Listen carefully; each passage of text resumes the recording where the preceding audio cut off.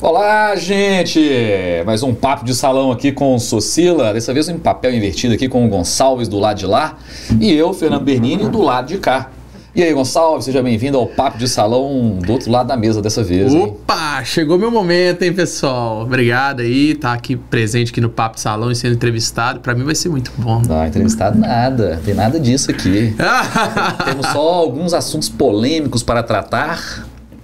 Nós vamos colocar o dedo em algumas feridas aqui agora. Vamos pra aí, ó. Já trouxe meus lenços aqui, já tô pronto pra chorar. Mentira, eu não sou desses, não. E pelo contrário, né? Quando vai chorar, eu sou o cara que corta, você sabe. Corta, vai lá, busca, troca de assunto. Abraça, chuta debaixo da mesa pra doer, ficar com raiva, desse jeito.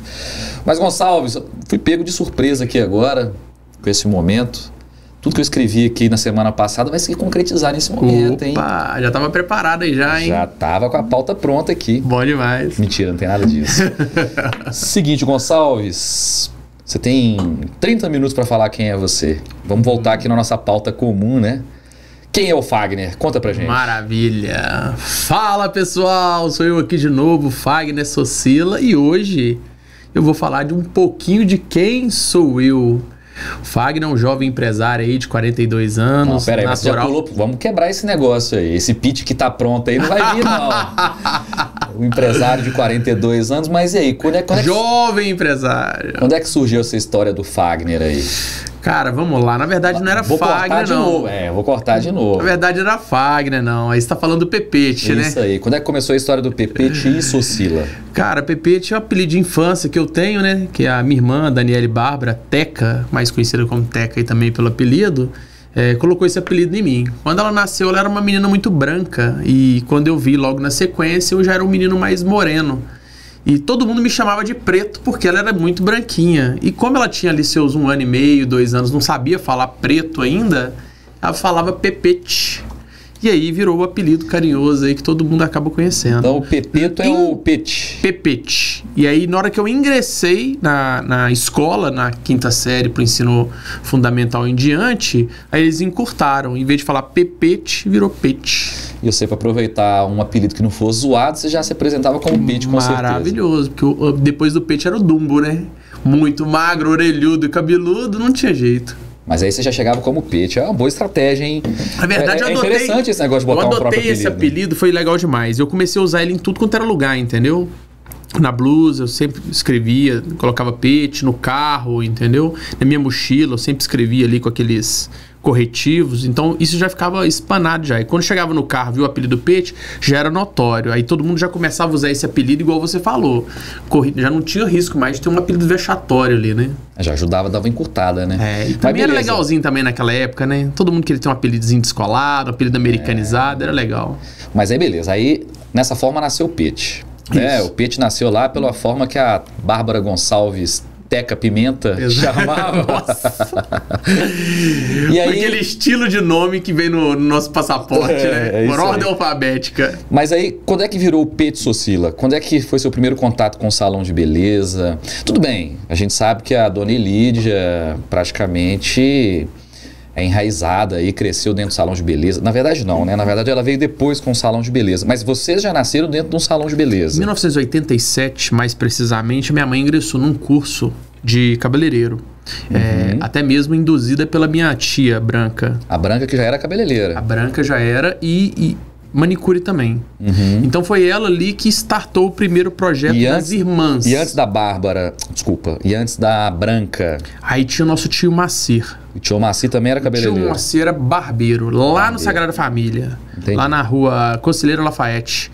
Naquela esquina com Genoveva de Souza. Então, o tio barbeiro... Ele foi barbeiro ali durante 50 anos. Tio barbeiro, a tia... Manicure, virou cabeleireira, aí chamou sua a irmã. mãe, em 87, dentro do salão, do universo do salão. Aí lá na Conselheiro Lafayette mesmo, tinha um centro de treinamento ali do SESI. Era Senac, não era SESI. Certo. E lá minha mãe fez a inscrição e entrou. Então, como ela não tinha com quem olhar as crianças, ela sempre arrastava a gente pra lá. E eu lembro que quando ela ingressou nesse curso, era Natal. Então, antes de vocês terem contato com o salão de beleza, vocês já tinham contato com uma escola de salão de beleza, escola de cabeleireiros. A minha mãe que ingressou lá e começou lá, só que ela levava a gente pra lá. Entendi. Como ela não tinha quem olhar... Tanto tempo quanto você, eu não sabia disso. Exato. Então, antes de ter o contato com o salão de beleza era uma escola. Como a gente não tinha com quem ficar, às vezes ela costumava levar e deixava a gente sempre na parte do estacionamento ali do SESI. Aí ficava eu e minha irmã ali, mais ou menos. A minha irmã já acabava entrando e já interagia com todo mundo, que era um ambiente muito feminino. Ah, sim. Mas eu entrava, às vezes não ficava meio confortável. Então sempre ficava pelas beiradas ali, sabe? Ou na recepção, ou tomando uma água, ou sempre ali conversando e brincando. Naquela época não tinha celulares, né? Isso aí você tinha quantos anos? Era muito comum revista, 7 anos. 7 anos de idade, tá aí. Minha irmã já estava ali com seus 8 para 9 anos. E logo na sequência, minha mãe foi lá e formou. E quando ela formou, nós morávamos num bairro muito pobre de Belo Horizonte, que era o bairro Dom Silvério, mais conhecido como Nazaré. Aquela região ali do Gorduras. E foi lá que ela montou o seu primeiro estabelecimento, que era dentro da sua casa. Então tinha um quartinho ali no fundo ali. É aquela foto que a gente conhece, famosa na internet. Famosa foto na internet. Então ela acabou montando a estrutura dela ali de uma cadeira, de um ponto de atendimento, um lavatório, com um quadro da Simone na parede, uma prateleira de sisal e produtos escala naquela época, que para ela era o top, né? E ali ela montou a estrutura, o primeiro empreendimento dessa mulher. Então, nesse momento foi o primeiro contato seu com o salão de beleza? O primeiro contato que eu tive com o salão de beleza. Na verdade, eu já, assim, cortava meu cabelo no Salão da Branca, que era na casa dela também. Teve um episódio uma vez que foi muito legal, que ela tava cortando meu cabelo e de repente ela passou uma tesoura e virou pra minhas primas assim, falou assim, busca o pó de café. E eu sem entender o que era, eu tinha cortado um pedaço da minha orelha pra estancar o sangue. Busca o pó de café, como assim? Aí foi bacana demais. Bom, já deu um jeito na orelha. E aí, né? logo na sequência, minha mãe fez esse curso, foi bacana pra caramba, a gente acompanhou o curso, a minha mãe formou como a excelência máxima no curso. Poucas pessoas já sabiam que ela fazia os atendimentos gratuitos lá no bairro, Dom Silvério, lá na rua Maria de Fátima, número 64. E era em frente a uma periferia muito grande. Ela colocou uma placa lá na porta falando que a escova era gratuita. E ela limitou o número de escovas até no máximo 30 pessoas. Então toda vez que chegava lá tinha uma fila enorme de pessoas querendo fazer escova com ela. E ali ela foi desenvolvendo ali de uma forma a criar um diferencial competitivo. E de uma certa forma ela estava reproduzindo o que ela pegou no curso, né? Então, exato. E é engraçado que eu já ouvi sua mãe falar várias vezes que a prática leva à perfeição, né? Então a gente vê que isso está no cerne dos conceitos dela, né? E ela fez isso, Fernando, até mesmo porque naquela época era difícil você conseguir modelo, né? Hoje em dia é mais fácil, as pessoas montam um centro, uma escola lá no centro de Belo Horizonte. Mas imagina, cara... Rebobina a fita aí, 30 anos atrás. Vamos mudar o tema aí. No bairro Sagrada Família? Mas vamos mudar o tema que nós vamos falar de você, hein? Também, a gente sabe o tanto que a importância da sua mãe para você, o tanto que você fala dela. Mas vamos tentar só conectar, né, essa parte de como o Socila veio parar na sua vida. E a gente entende que, obviamente, o mercado da beleza veio pelos seus parentes de cima, né? Veio, exato. Né? Mas aí, quando foi que nasceu o Salão Socila, ou a Socila? Elídia, cabeleireira, lá na rua Maria de Fátima, começou a fazer um sucesso muito grande. As pessoas descobriram que ela fazia um processo de escova diferente de todo mundo. Então ela tinha uma metodologia de atendimento diferenciado. E ali a minha mãe já queria algo novo. Ela já imaginou que ela poderia sobressair naquela profissão e naquilo que ela estava fazendo. E ela sempre tem um pensamento para frente, né? Sua mãe é uma pessoa impressionante. Muito forte. É impressionante, a positividade dela, a garra, a energia. O tanto que os desafios motivam ela é uma coisa que impressiona. Muitas vezes que a gente tinha tudo para poder desistir, era o combustível que precisava para continuar e fazer um algo a mais. Isso é da natureza dela, a gente percebe até hoje. E tem às vezes uma frase que é muito legal, né? As pessoas, sem saber que era impossível, foram lá e fizeram, né? Então, isso define bem a sua mãe. Slogan da Adidas, né? O impossível é uma questão de opinião. Então, vai lá e faça. Define ela demais, exatamente. Mas aí, sua mãe montou o Socila, que foi o primeiro salão. Aí foi Elídia cabeleireira. Aí lá, exatamente na rua Maria de Fátima, houve-se a necessidade de mudar, de ir para um outro bairro. Já estava pequeno lá. Estava pequeno e já não fazia mais sentido para ela na região. E aí nós migramos lá para o bairro Fernão Dias, que era o antigo bairro Dom Joaquim, na rua Francisco Rodrigues Miranda, 218. Sei, conheço lá. Exatamente. E lá na 218 ela alugou uma loja de 35 metros quadrados e lá foi o primeiro salão.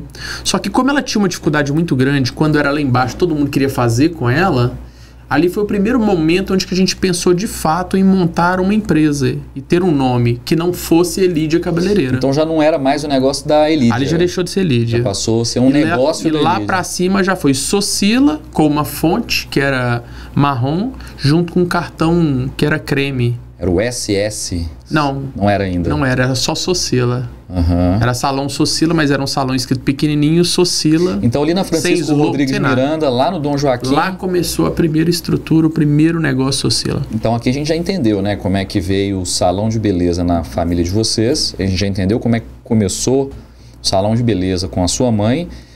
E agora a gente já entendeu como é que nasceu o Socila. Exato. Lá no Francisco Rodrigues de Miranda. Francisco Rodrigues de Miranda, 218. E nessa época, você já trabalhava na Socila? Nessa época eu estava mais ou menos com 12 anos, 11 para 12 anos.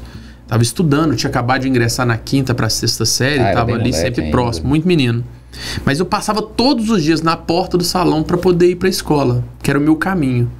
A gente morava um pouco mais para baixo, eu passava, vinha andando, passava lá, sempre dava um oi para minha mãe, um oi para minha irmã, que já estava trabalhando dentro do salão de beleza.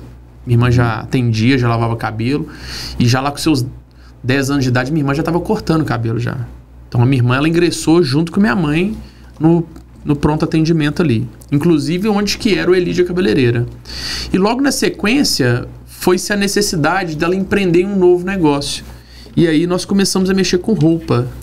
Minha mãe junto com o salão? Junto com o salão. Minha mãe começou a viajar para Petrópolis. Viajava para Petrópolis, comprava moletom, que naquela época estava no auge, e começou a vender moletom para tudo quanto é lado. E foi dando muito certo. Mas isso envolvido com o negócio de salão de beleza ou era por fora? Com o negócio de salão de beleza. Era lá dentro? Vendia lá dentro, vendia para aquelas clientes daquela região. E aí, logo na sequência, um belo dia lá no JK, tinha um guia turístico, mandar até um abraço para ele, Luiz, forte abraço. Ele saiu da parte de turismo de Petrópolis, que era para comprar roupa, e foi para o Paraguai. Então, ou seja, a viagem ficou um pouco mais longa, mas que dava um retorno maior, porque no Paraguai você tinha a possibilidade de comprar vários outros produtos que não tinha no Rio de Janeiro. E um belo dia ele convidou minha mãe e falou: não, Elídia, se quiser ganhar dinheiro, você tem que ir para o Paraguai. É bem melhor e vai fazer sentido demais para você. E aí ela foi e se arriscou uma vez. Pegou, marcou lá um dia a viagem dela e 24 horas de viagem sem parar, ininterrupta. Saiu de lá do JK num sábado à noite. Chegou segunda-feira de manhã, lá no Paraguai, fez as compras de segunda-feira o dia inteiro. E na própria segunda-feira ela voltou para casa, chegando terça-feira em casa. E cheia de muamba. E ali começou a história da lojinha. Aí abriu uma lojinha dentro do Socila? Do lado do Socila. Do lado do Socila. Aí tinha uma portinha que era o Socila e logo em seguida vagou uma loja do lado de parede com a Socila. E aí nós colocamos variedade Socila. Aí você estava lá dentro. E aí ela não tinha quem colocar lá dentro. E aí a primeira experiência minha próximo com o comércio, com o negócio foi ali. Ah, você cuidava da lojinha. Eu fui administrar esse negócio com 12 anos para 13. Então você começou bem jovem, não? Bem jovem. Com empreendedorismo, né? É. Aí começou a lojinha ali. Tá, mas onde é que parou o Fagner da lojinha? No Pete, né? É. Onde é que parou o Pepete da lojinha? Ali então não era Fagner. Todo mundo só me conhecia como Pepete. E quando é que foi o passo ali que o Pepete saiu da lojinha e adentrou pro Socila? Logo em sequência, tá difícil chegar nesse ponto, né? Logo na sequência foi a Rosângela, cara. Tem uma história longa. Logo na sequência entrou a Rosângela na nossa vida. A Rosângela começou a administrar a lojinha junto comigo e era minha vendedora. E a gente começou a trabalhar junto ali durante um bom tempo e foi muito legal. E as coisas começaram a dar muito certo, tanto para a lojinha quanto para a Socila. Naquela época, vamos colocar em 93, 94, o dólar e o real estavam muito equiparados. Então todo o real que a gente levava para lá, a gente comprava tudo em dólar. Então chegava aqui, a gente comprava produtos que vendiam no Paraguai por 1/3 do preço. Então assim, eu lembro que teve uma época que eu comecei a vender PlayStation com 10 CDs, eu trazia 20, 30 PlayStation, eu vendia tudo. Então foi um sucesso muito grande esse empreendimento junto do lado da lojinha e junto com a minha mãe. Até mesmo porque uma vez as clientes compravam muito, porque a cliente sempre às vezes arrumava um cabelo ali para um evento e tinha uma lojinha de variedade do lado. Pô, já pegava, já comprava, já fazia tudo junto. Eu me lembro, Fernando, que num dos natais aí vamos colocar aí de 94 para 95, sei lá, cara, eu vendi tudo que tinha na lojinha, não tinha o que vender. E por fim ficou uma peça estragada que estava no estoque, eu trouxe ela para fora. Que era um pato, cara. E nesse finalzinho do dia, por volta de 10h30 da noite, véspera de Natal, chegou 2 clientes lá e começaram a brigar por causa do pato. Do pato quebrado. Exatamente. Então foi muito bacana e... Então tinha uma coisa de simbiose ali muito forte. A lojinha e o salão. Eu, meu pai, minha mãe, todo mundo junto no mesmo projeto. O salão provendo um movimento ali que sustentava a lojinha. Mas nessa época meu pai ainda não trabalhava com a gente. Ele ainda trabalhava na Fiat. Mas aí ele tava todo mundo, nós três juntos. Eu, meu pai, minha mãe, minha mãe, minha irmã e eu. Todo eu na mundo lojinha, minha mãe e sua irmã. e minha irmã lá dentro. Aí minha irmã e minha mãe começou a trazer alguns parentes pra dentro. Aí veio a Paola, que era uma prima nossa. Aí veio a Aurora, que era amiga da prima. Aí veio outra prima. E aí a minha mãe começou a desenvolver essa tropinha aí como se fosse as sociletes, entendeu? As meninas que tinham o mesmo perfil de pegada que ela. Fazia várias escovas sem reclamar. A escova era muito barata naquela época, só pra você ter ideia. Uma escova era R$3. Um volume muito grande. Corte R$5, imagina. Então o volume era muito grande, toda hora tinha gente chegando lá. Às vezes ficavam clientes sentadas na lojinha esperando pra poder esvaziar o salão, poder entrar. Ok, mas aí vocês tem um background grande aí, e aí até chegar na sua parte de Socila. Aí a minha mãe começou a juntar um dinheiro e um lote na esquina de cima vagou, que era um lote que era muito ruim, que tinha uma pedra lá dentro que ninguém queria comprar. Aí a minha mãe fez uma proposta pro proprietário de lá, o seu João. E o João aceitou, vendeu o lote 100% parcelado pra minha mãe. E a minha mãe pagando aquele lote ali com muito custo ali durante mais ou menos 2 anos direto, seguido. E depois desses 2 anos, tinha uma edícula pequenininha lá, ela fez uma construção, era pequena, mas era o dobro, era 3 vezes maior o salão onde que a gente estava. E lá ela montou o primeiro estabelecimento maior, salão projetado do jeito que ela queria. Cara, aí foi um sucesso absoluto. Na hora que começou a montar aquele salão enorme, todo mundo falou assim, esse salão vai ser uma igreja, não é possível, não tem lógica, é muito grande pro salão de beleza. Que até então não era comum um salão daquele tamanho. A gente nem existia, mas a gente nem imaginava. Porque todo mundo ali era na área periférica, né? E de dentro ali daquela parte do Dom Joaquim para o Nazaré, aquele salão que eu estava projetando era uma coisa louca, não fazia o menor sentido. Tinha 4 lavatórios, tinha 10 cadeiras, tinha 12 bancos de manicure. Bem grande. Era muito grande para aquela época. Mas na hora que abriu o salão lá, foi aquela potência absurda. Aí era na Francisco Rodrigues de Miranda e foi para Francisco Rodrigues de Miranda, só que 123. Em outro lugar. Era 218, aí foi para 123. Mais próximo da Zé Cândido Silveira. Mais próximo do Zé Cândido Silveira, exatamente. E o que aconteceu lá? Todo mundo tinha essa expectativa de, o salão grande. Quando foi para lá, foi de 95 para 95. Aquela virada do plano Collor tal, que o dólar dobrou. O RV para real, né? Exato. E ali já não fazia sentido mais pra gente ter que, a cada R$1, dobrar no dólar para poder comprar as coisas, para colocar 1/3. Aí começou a ficar inviável, porque ficou muito justo o processo da lojinha. A lojinha deixou de ser um bom negócio. Aí a lojinha deixou de ser um bom negócio. Questões legais ali, né, econômicas. E aí ela falou, não, vem pra cá comigo, você vai ficar aqui na recepção comigo. E aí eu então pulei pra dentro da recepção. Vamos voltar nisso aí. Então nessa troca de loja, né, troca de plano de governo, de moeda, o dólar ficou inviável para quem fazer esse trabalho de buscar mercadoria e vender aqui. E era o seu negócio até então. Na verdade era sacoleiro naquela época a gente falava, né? Tem várias denominações aí para isso. Mas aí o seu negócio como lojinha não fez tanto sentido por causa disso. Sua mãe foi lá e falou, pô, já que já tem uma experiência com comércio... Vem pra cá. E como é que foi essa transição? Cara, eu lembro como se fosse hoje. Minha mãe pediu pra me poder descer, dar um help pra ela. E eu ainda tava meio que na dúvida se eu ia ajudar ela ou se eu ia ficar com meu pai. Aí teve um dia que meu pai pediu pra poder ir com ele na oficina. Vamos pra oficina comigo, você vai ver lá como é que é. E naquela época, cara, eu era muito novo, mas eu já tinha celular, porque a lojinha proporcionou coisas boas. Inclusive, muito da lojinha foi o que fez pra poder montar e comprar o salão. Então eu já cheguei lá, falei, não, vou dar um help pra ela, mas primeiro eu vou ajudar meu pai. Aí eu fui numa sexta-feira ajudar meu pai. Tava perdido ali profissionalmente, seria mais ou menos isso. Na verdade era muito criança ainda. Sem referência ainda, né? E aí eu fui numa sexta-feira, passei o dia com meu pai, achei o máximo, cara. A Cobrasa, que era o antigo lugar onde que trabalhava da Fiat, que era uma concessionária que tinha ali no Prado, na Rua Eri com Rua Platina. Muito grande, inclusive. Nós até estudamos lá, né, na Estácio. E aí, quando nós chegamos lá, cara, eu passei o dia lá. Então, eu entrei naquela oficina mecânica, fiquei maravilhado com aquele lugar. Falei, poxa, cara, que é a Disneyland dos meninos.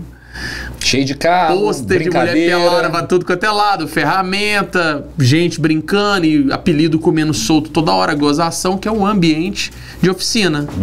Fiquei maravilhado e fui embora pra casa, todo feliz ainda. E nesse dia ainda caiu um papagaio perto do meu pai, ele pegou, me deu. Então, poxa, aí foi o dia perfeito. O dia perfeito. No finalzinho do dia caiu uma cereja em cima do morro. Fechou com chave de ouro. E na hora que eu cheguei em casa, minha mãe falou assim, agora amanhã você vai trabalhar comigo. Eu falei, não, ela não tá fazendo isso comigo, não é possível, cara. É impossível amanhã ir no salão de beleza e tal. Quer ir pra oficina. E aí meu pai, cara, com toda a sabedoria que ele tem, ele falou assim, não, você tem que ir lá, você tem que experimentar pra depois falar.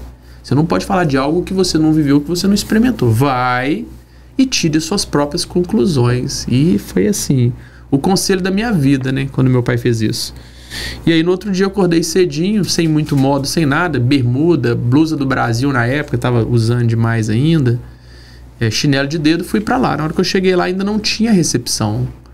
Era um cantinho que tinha uma mesinha, uma cadeira, minha mãe pediu pra me sentar lá e me entregou um cofrinho dos ursinhos carinhosos. Isso era seu caixa? Cuida aí pra mim. As pessoas vão vir aqui, eu vou te falar o valor, você vai e cobra delas pra mim e guarda o dinheiro. Nesse lance de atendimento e relacionamento, eu já era muito bom, porque na loja eu que cuidava disso tudo. Na hora que ela entregou esse cofrinho em mim, eu fiquei sentado ali um pouco desconfortável. Já entrava no salão, vivia o salão, mas eu não estava dentro do salão. Aquela foi a primeira oportunidade que eu passei um tempo dentro do salão de beleza. E eu lembro como se fosse hoje. Eu estava lá sentado no canto lá e entrou uma cliente, muito bonita por sinal, 1,80 m mais ou menos, totalmente atípico do que a gente estava acostumado. A Juliana Satiro. E ela Juliana Narciso. Ela entrou, foi lá, fez todo o serviço com minha mãe, voltou com aquele cabelão maravilhoso, aquela mulher linda, bonita, cheirosa, chegou pra mim e falou assim, cobra aí pra mim, gatinho. Opa! E aí ela me deu uma nota, cara, pra poder cobrar o pacote, que era naquela época, era R$35, 4 escovas, 4 hidratações, 4 massagens capilares, um corte, mais um serviço que ela tinha feito, que acho que era sobrancelha mais alguma coisa, e deu R$45 o total. Acho que era R$5 de pé e mão, R$5 de sobrancelha, alguma coisa. Só sei que sobrou R$5 de troco. Na hora que ela me entregou os R$50, eu abaixei, abri o cofrinho, peguei os R$5, Fernando, e nesse momento ela me deu um beijo no topo da minha cabeça aqui em cima, aqui assim, ó. Olha só. E falou assim, o troco é seu, tá bom? Aí ficou difícil de competir a oficina com o salão de beleza. A partir daquele momento eu tive certeza onde que eu queria ganhar minha vida e onde que eu queria trabalhar. E sem falar que a energia de salão de beleza é uma coisa que ninguém explica. Me contagiou, né? Desde o primeiro momento, a educação, o carinho, o cuidado para com todo mundo, entendeu? Mulheres bonitas, simpáticas, conversando, trocando aquela energia positiva. E o que resume para você o seu primeiro dia, assim, uma frase? E aí, vamos lá. O que resume para você o seu primeiro dia no Salão Socila? O seu primeiro dia de trabalho, a sua primeira história no Socila? Jogaram um peixe na água. O peixe caiu na água. Aí se sentiu dentro de casa. Eu me senti no meu habitat. E aí o que acontece? As clientes foram passando, foram pagando. E toda hora que as clientes pagavam, o cofrinho enchia. Eu cheguei pra minha mãe e falei, meu cofre tá cheio, o que nós vamos fazer? Ela falou assim, agora você vai lá embaixo, na minha sala lá, que era uma salinha que ela tinha um escritório de que ela conversava com todo mundo. Você vai jogar o dinheiro todo no lixo e sobe. Eu falei, como assim no lixo, pô? Porque lá era diferente do meu negócio. Eu separava o dinheiro todo, guardava, tinha um lugarzinho que eu sempre escondia ali e tal. No lixo eu não entendi. E eu tava do lado dela durante um bom tempo, cara, e não percebia esses macetes do negócio dela. E ela falou assim, joga no lixo. Eu joguei no lixo, falei, beleza. E fui assim o dia inteiro. Na hora que terminou, no final do dia, nós descemos. Chegamos lá, cara, o lixo tava lotado de notas jogadas lá. E nós jogamos o dinheiro todo no chão e fomos contabilizar. Eu falei, não, mãe, a senhora ganhou dinheiro demais aqui hoje. Ela falou, não ganhei dinheiro, não. Esse dinheiro aqui é das meninas, esse dinheiro aqui paga o aluguel, água, luz, vai pagar tudo e depois o que sobrar, realmente ele é nosso. Olha aí, que visão. E na verdade não era aluguel, era uma prestação que a gente já pagava, ainda que nós ficamos pagando pelo menos quase uns 4 ou 5 anos esse imóvel. E dali pra frente eu comecei a entender que aquilo fazia sentido. Quando eu cheguei em casa, meu pai tava todo felizão, já achando o seguinte, faz, cara, nunca mais volta no salão de beleza. Ele foi, me perguntou, e aí, o que você achou? Como é que foi? Eu falei, pai, bem que você falou, a gente tem que viver a experiência pra poder tomar uma decisão. Ele aí, vai querer mexer comigo na oficina? Eu falei, pai, eu não entro na oficina de jeito nenhum, nunca mais. Acabou. A não ser que meu carro estiver estragado. Acabou. E aí no dia seguinte, como é que foi? Você voltou pro Socila? O dia seguinte foi domingo, né? Eu fui num sábado, aí já passei o descanso em casa. Lá não abria segunda-feira, na para terça-feira de manhã eu já tava lá, de calça jeans, de tênis. Acabou, aí virou PP de Socila. Exato, aí me preocupei já em olhar um uniforme, aí 2, 3 dias depois eu já tava já de calça preta, e naquela época a gente usava uma blusa bege, que era das cores do salão. Já tava com o uniforme já utilizando o salão e dali pra frente E o Socila ficou quanto tempo na Rodrigues de Miranda? Porque ele foi atual Zé Cândido da Silveira, né? Exato. Nós ficamos ali de 2015 até acho que 2020. Que foi um empreendimento até então gigantesco quando vocês foram para o Zé Cândido da Silveira. Foi um absurdo. Como é que foi 2015 não, 2005. 2005. E como é que foi o processo de decisão de sair lá da Rodrigues de Miranda, um imóvel que era de vocês, para ir para um imóvel gigantesco? Quantos metros tem lá? Tem mais de 1000 metros, pô. O que acontece? Nesse evento todo, dessa situação, nós começamos a trazer muitos parentes para trabalhar com a gente. Aí veio o Toninho trabalhar com a gente, Veio o Danone trabalhar com a gente, veio o Marcelo trabalhar com a gente, teve Ivan, teve Ricardo, teve Carla. Então, assim, a minha mãe saiu chamando todos os parentes. Saiu recrutando todo mundo. E não só os parentes dela, quanto os parentes do meu pai também. E chegou um certo momento que o negócio estava numa dimensão tão grande que fez sentido trazer meu pai para dentro do negócio também. E aí meu pai falou, não, peraí, tem espaço para mim aí também. Logo na sequência veio aquele lance das peruas em Belo Horizonte. Lembro, minha mãe comprou uma Kombi e começou a rodar como transporte ali, clandestino, e foi trabalhando, e meu pai sempre ali, ajudando, fazendo, acontecendo, e o negócio foi dando muito certo. E aí começou a pintar as próximas unidades. E aí veio a unidade 1, unidade 2, unidade 3. Nós chegamos ao ponto até de ter 7 unidades próprias. E, inclusive, nós tivemos unidades dentro do Extra. Os 2 Extras nós tivemos unidade. Tivemos unidade... Chegamos a quase fechar uma unidade dentro da Rede Globo. Foi muito legal também, mas não foi para frente. E logo na sequência veio uma separação familiar. E quando veio a separação familiar, minha mãe foi para um lado, o pessoal veio pro outro, aí ficou eu, minha irmã e meu pai num salão de beleza, que era lá da Francisco Rodrigues de Miranda. E com a separação houve-se a necessidade de vender os bens para poder fazer a separação. Entendi. E aquele foi o momento onde eu comecei a procurar um ponto. E aí o Elton, que esteve lá essa semana com a gente lá... Ah, conheci ele. O pai dele era proprietário da Telemon. Ali naquele imóvel era a Telemig celular. Então... As pessoas iam ali para poder fazer planos de telefonia fixa e tal, que negócio. Ele estava começando o auge dos celulares. Então ele era uma empresa grande, onde que recrutava os caras faziam as instalações. E aí ele já estava muito mais focado no Rio de Janeiro, porque aqui já não estava tão bem já essa região, porque ele já tinha instalado muito número de telefone fixo.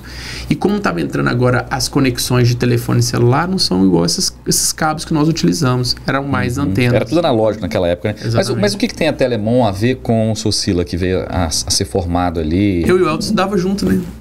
E quando estudava junto, ele chegou pra mim e falou comigo. Falou, cara, meu pai vai sair dali, não tá fazendo sentido pra ele mais não. Eu falei, não, pera aí então, eu pego o ponto lá.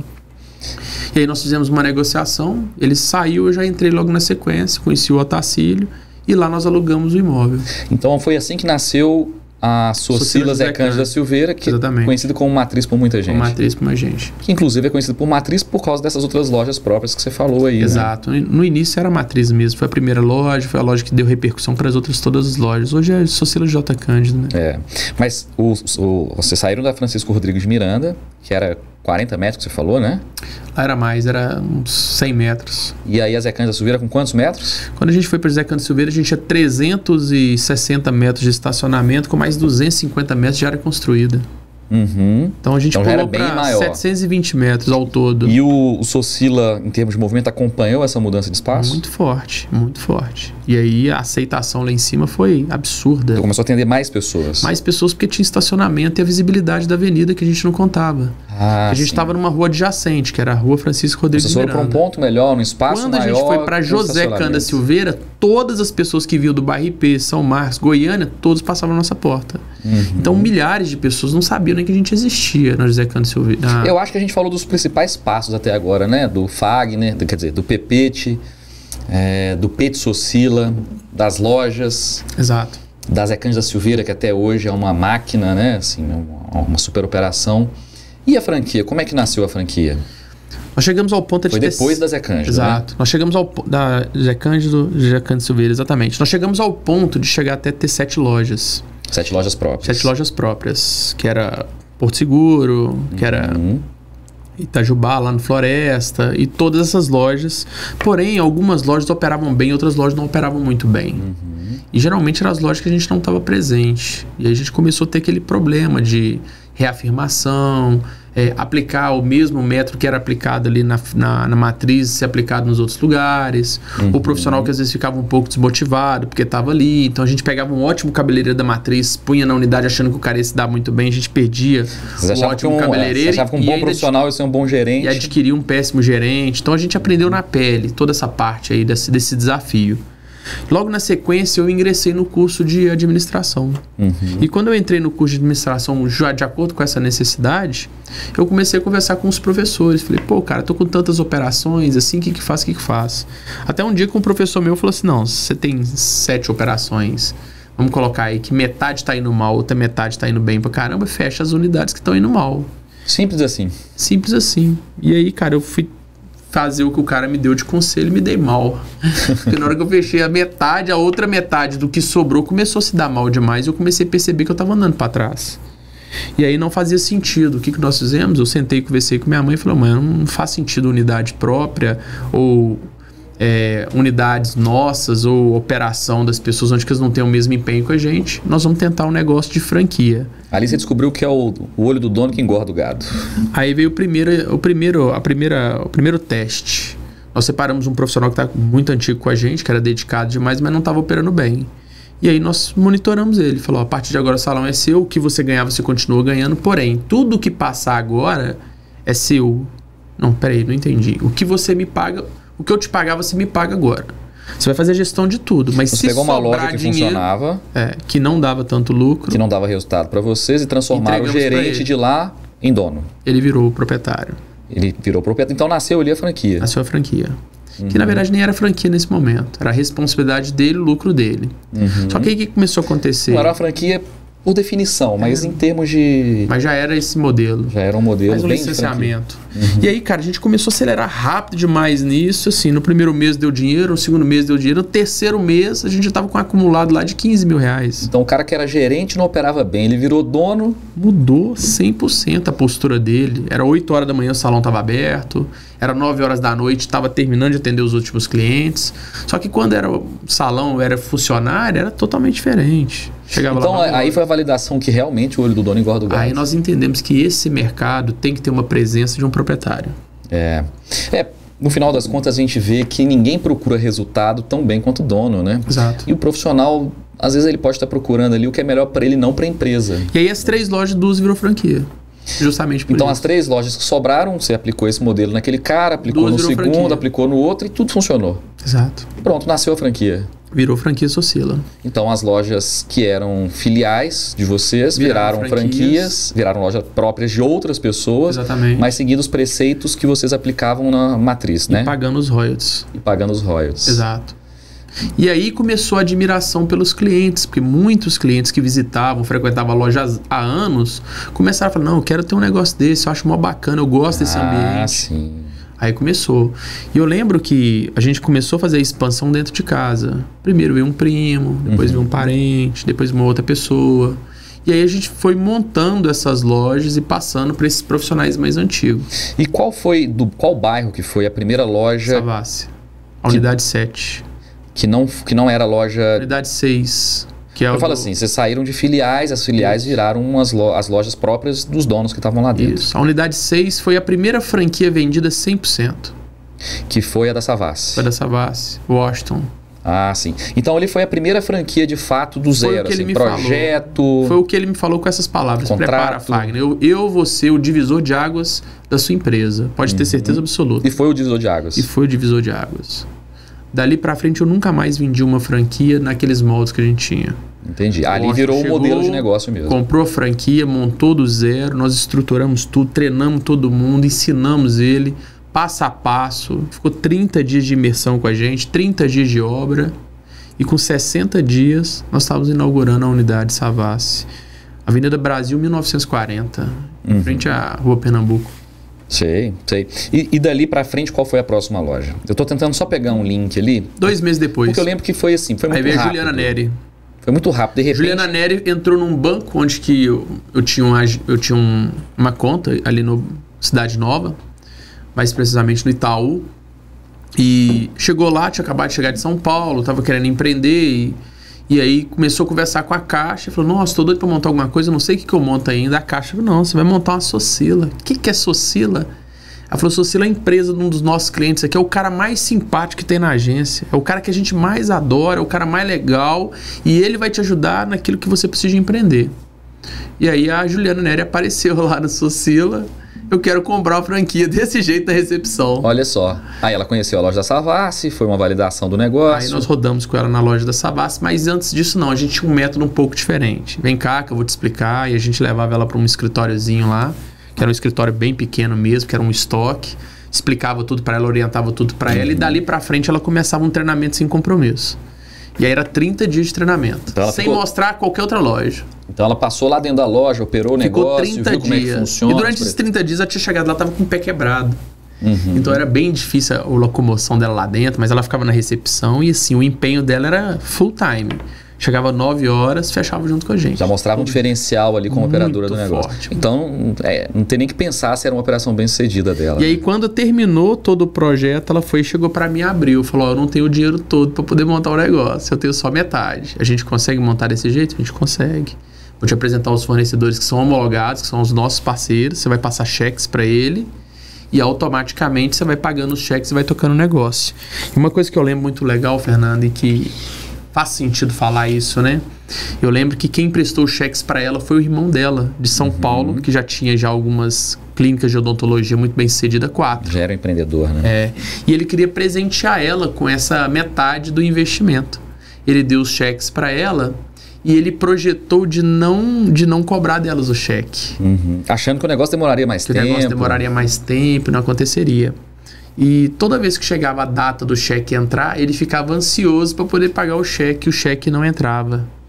No segundo mês ele ligou para ela, perguntou o que tinha acontecido de errado, o que estava acontecendo. Aí que ela explicou para ele: antes do cheque entrar eu vou lá e busco ele. Olha, eu vou lá e pago o cheque e resgato ele, por isso que os cheques não estão entrando. E aí ele ficou um pouco frustrado com isso, você acredita, cara? Falou, eu ficaria queria te dar esse presente, não sei o que. Ela falou, não, pode ficar tranquilo, tá tudo bem aqui, tá tudo caminhando. E como é que era essa operação dela? Era uma operação pequena, uma operação grande? Nós começamos a olhar uma operação naquela região ali do Barro Preto, num lugar que eu acreditava demais, por ser uma maior concentração de mulher. Aí nós olhamos algumas 2 lojas, e uma das lojas que nós olhamos foi uma loja maravilhosa na Mato Grosso, esquina de Amazonas. Uma loja linda, bonita, ela fez plano para a loja, aquele negócio todo. Aprovamos a ficha dela. No dia da assinatura do contrato, o cara falou que a loja tinha saído de locação. Olha isso. Essa menina ficou frustrada demais e tal, aquele negócio todo. Mas vamos olhar outro ponto. Aí nós fomos olhar lá no Padre Eustáquio. Na hora que nós fomos lá naquela avenida Padre Eustáquio, na principal, nós estávamos passando e do lado tinha um imóvel muito grande. Eu falei assim, olha ali, Jô, ali vai ser seu castelinho. Que era um buffet infantil que chamava Circus. E era um castelo. E era um castelo mesmo. E ela falou, você tá ficando louco, eu não tenho condições de alugar aquilo. Eu falei, calma, vamos fazer uma experiência, não custa nada. Ligamos lá pro cara, eram proprietários que estavam na Holanda e a casa estava na mão de um procurador, chama Abel da corretora, um cara sensacional. E na hora que o cara viu a gente chegando, conversando, batendo papo, ela ali toda motivada, eu ajudando ela do lado, aquele negócio todo, ela com o pé quebrado, mas rodando tudo, ele abriu tudo pra gente. E na hora que chegou, foi a hora de dar o valor do aluguel. Na hora que ele falou o valor do aluguel, era tipo 4 vezes o que a gente podia pagar. Tipo, R$6.000 naquela época, sendo que a gente podia pagar Mudou 1.500. todo o plano de negócio que vocês tinham feito lá atrás. Ela, nossa, obrigado por você ter apresentado. E ela foi tão transparente, tão honesta com esse cara. Nossa, obrigado pelo carinho, pelo cuidado que você teve comigo, mas assim, eu não tenho condições nenhuma de alugar isso aqui e tal, que é trem todo. O cara olhando pra ela nos olhos dela, falou assim, vamos fazer o seguinte, faz a proposta do que você pode pagar e eu vou passar pros proprietários. Eu senti muita verdade e muita vontade em você. E o resto você deixa comigo que a gente vai ver o que a gente consegue. Aí beleza. Como a gente podia pagar uns R$1.500, ele ter alguma coisa nesse sentido, nós fizemos uma proposta de 2.000, porque não fazia sentido também uma loja gigantesca igual aquela, 938 metros, se alugar por tão barato. E aí nós fizemos a proposta. Só que nós fizemos a proposta falando que tinha que fazer a reforma no imóvel e pedimos mais 6 meses de carência. Fizemos a proposta com 6 meses de carência e o cara topou com as seguintes condições, desde que ele pudesse visitar a loja para poder ver se realmente ela estava tendo sucesso ou não no negócio, e que se caso porventura ela não desse sucesso no negócio, que ela não passasse nenhum dia lá dentro com o aluguel atrasado. Ele ia pedir o imóvel, ela ia ter que sair. Fechou. Eu acho que o cara entendeu muito bem que o imóvel precisava de uma reforma. E de 1.500 vocês pularam para quanto? Aquela loja passou de 1.500, foi para R$2.500 no segundo ano. De R$2.500 depois foi para R$4.000 no quarto ano. Mas o que eu percebo no mercado é que donos de imóvel comercial gostam de alugar para salão de beleza porque é um ambiente mais requintado, mais feminino, sempre cuida tem do cuidado. Imóvel, tá sempre bonito. E não só isso, né? É um ambiente que não visa muito roubo. As pessoas estão ali sempre movimentando muito bem e valoriza também, né? Tem um sucesso razoável. É difícil fechar um salão de beleza. E aí foi essa operação do Padre Eustáquio, né? Até então você tinha... Essa operação do Padre Eustáquio, Fernando, ela foi arrasadora. Foi um sucesso. Ela era gigantesca. E a Juliana começou a operar muito bem. O salão movimentava bem demais. Já estava atingindo ali seus 1.500, 1.800 clientes, chegando até perto da matriz. Caramba! A Juliana foi uma menina brilhante, ela foi uma peça fundamental. Pavimentou ali a história da franquia do Socila. Ela validou realmente o negócio que não precisava de ser cabeleireiro para fazer o negócio funcionar. E realmente embora o Washington fez um bom negócio nesse sentido. Foi. E aí logo na sequência veio o Marquinho, né? Aí o Marquinho já chegou com 2.190 metros. Aí ele revolucionou. Qual que foi a loja que ele montou? A do Horto. Do Horto. E era um empreendimento grande também. 60 vagas de estacionamento, eram 6 sublocações, era um salão de beleza com 15 pontos de atendimento, eram 8 lavatórios. E para aquela região ali era algo surreal. Não fazia sentido. Na hora que pegou um posto de gasolina e falou que ia ser um Socila... era um posto de gasolina. Era um posto de gasolina, ele pegou o posto, tirou as bombas ali e falou, pô, vou fazer... Não tinha, e era um ambiente ali que não podia ter nenhum tipo de comércio. Até mesmo porque existia um processo ali de contaminação de solo. Sim. Então você não conseguiria alugar para outras coisas na parte de automobilismo e até mesmo posto de gasolina. Só que quando a gente fez uma consulta prévia, fez um bom estudo no negócio, nós falamos que ia montar um salão de beleza. E poucas pessoas sabem que para salão de beleza é uma tranquilidade muito grande para você conseguir um alvará de funcionamento, porque não requer nenhum tipo de risco. Não é muito complexo, né? Não é muito complexo. E aí transformou o posto de gasolina em um ambiente completamente engordurado, abandonado, destruído, com um cachorro abandonado lá dentro. Em um salão de beleza. Um salão de beleza. E como é que foi esse processo? O que você aprendeu ali? O que você viu nesse momento? Aí a gente recebeu um cara da área financeira, né? Que é o Marcos. O cara trabalhava no banco, já chegou ali com uma pegada totalmente diferente, comportamento diferente. Como é que é o perfil de idade? Ele é o cara mais novo, mais velho? Jovem demais, 26 anos, com gasto total e o mais importante, o comportamento profissional muito alinhado. Então foi um cara que saiu do banco que ganhava ali talvez seus 2, 3 mil reais e pulou para uma cifra de 10, 12 mil reais. Jovem empreendedor de sucesso e destemido. E aí transformou lá num salão. E como é que foi esse processo aí? O salão do Horto, é Horto, né? Como é que foi a história dele? Ele arrancou, ele demorou? Como é que foi esse processo? O Marcos visitava os nossos salões, né? Ele era nosso cliente lá, cortava o cabelo com a gente, que ele trem todo, e via toda a evolução do salão. Eu tô fingindo que eu não sei das coisas, mas eu sei, né? Mas tomou gosto pelo negócio. E logo na sequência ele falou, não, eu quero empreender. E foi um momento que ele tava jovem demais, bem sucedido no banco, escolheu muito bem o ponto dele. E quando ele escolheu um ponto que era uma interseção ali entre Esplanada, Sagrada Família, Santa Teresa, Horto e todas aquelas adjacentes no meio da Silviano Brandão, foi um sucesso. Só que não era só isso. O Marcos ele entrou num projeto tanto de treinamento quanto montagem de salão, que foi 90 dias. Foi 90 dias da vida dele. Todos os dias ele estava na matriz na hora que abria, descia para a obra dele, terminava a obra dele, passava na matriz e ia embora. Então esse cara viveu intensamente esse projeto, de uma frequência absurda. Não faltou nenhum dia, trabalhou de domingo a domingo durante 90 dias. E os outros dois, a Juliana e o Washington, tinham esse perfil também de treinar, de correr? Todos eles, é impressionante. Esses primeiros franqueados foram muito acertados. Assim, e era uma época diferente. Era uma época que a gente não se preocupava muito com eu tenho que trabalhar, eu tenho que ter lazer, eu tenho que sair pra pizzaria esse final de semana. Não era isso. O negócio vamos pegar pra fazer, e pegava até arder. Parava a vida pro negócio. Parava, assim, era outra vibe, era outra energia, era outro tipo de estímulo naquela época. Não tinha WhatsApp, não tinha rede social, não tinha nada disso pra poder tirar a gente. O máximo que tinha no Orkut, talvez. Que as pessoas só davam uma olhadinha rapidinho ali no computador e ia embora, mas... Cara, é engraçado, você falou uma coisa, eu voltei no tempo aqui. Eu lembro que meus primórdios do Socila, a primeira coisa que eu fazia era abrir meu e-mail, respondia aquela porrada de e-mail, né? Era a atividade da manhã, era responder e-mail. E muitos, né? Enviar e-mail e responder e-mail. Exato. Aí, de repente, hoje em dia eu vejo minha rotina, já chego de manhã na empresa com o WhatsApp lotado de coisa. Eu não abro e-mail mais. Eu não abro. E o e-mail é muito pouco, realmente é muito pouco. Eu tenho muito e-mail, mas não abro. Não faz sentido. Como é que as coisas mudam? Muito rápido. E hoje em dia, né, se naquela época as pessoas abriam o Orkut de vez em quando para ver, hoje em dia a pessoa não participar de um Facebook, ela tá fora do mundo, né? É o contrário. Não, se ela não tiver com o Facebook, se não tiver essa ferramenta, ele não é. Não faz o negócio. Exatamente. E aí, eu vou tentar tangenciar de uma forma mais resumida dali para frente, que eu acredito que depois do Marcos tenha dado um boom e abriu muita loja. Aí foram várias lojas. Aí veio na sequência muito forte, veio Luciano, Ouro Preto, veio Rose, Sion, aí veio Prado, Jacuí. 2 lojas, Jacuí, e aí foi muita coisa. Os meninos também tiveram uma uma parcela de sucesso muito interessante pra gente. Na Jacuí, né? Que foi o Juliano e o Rafael.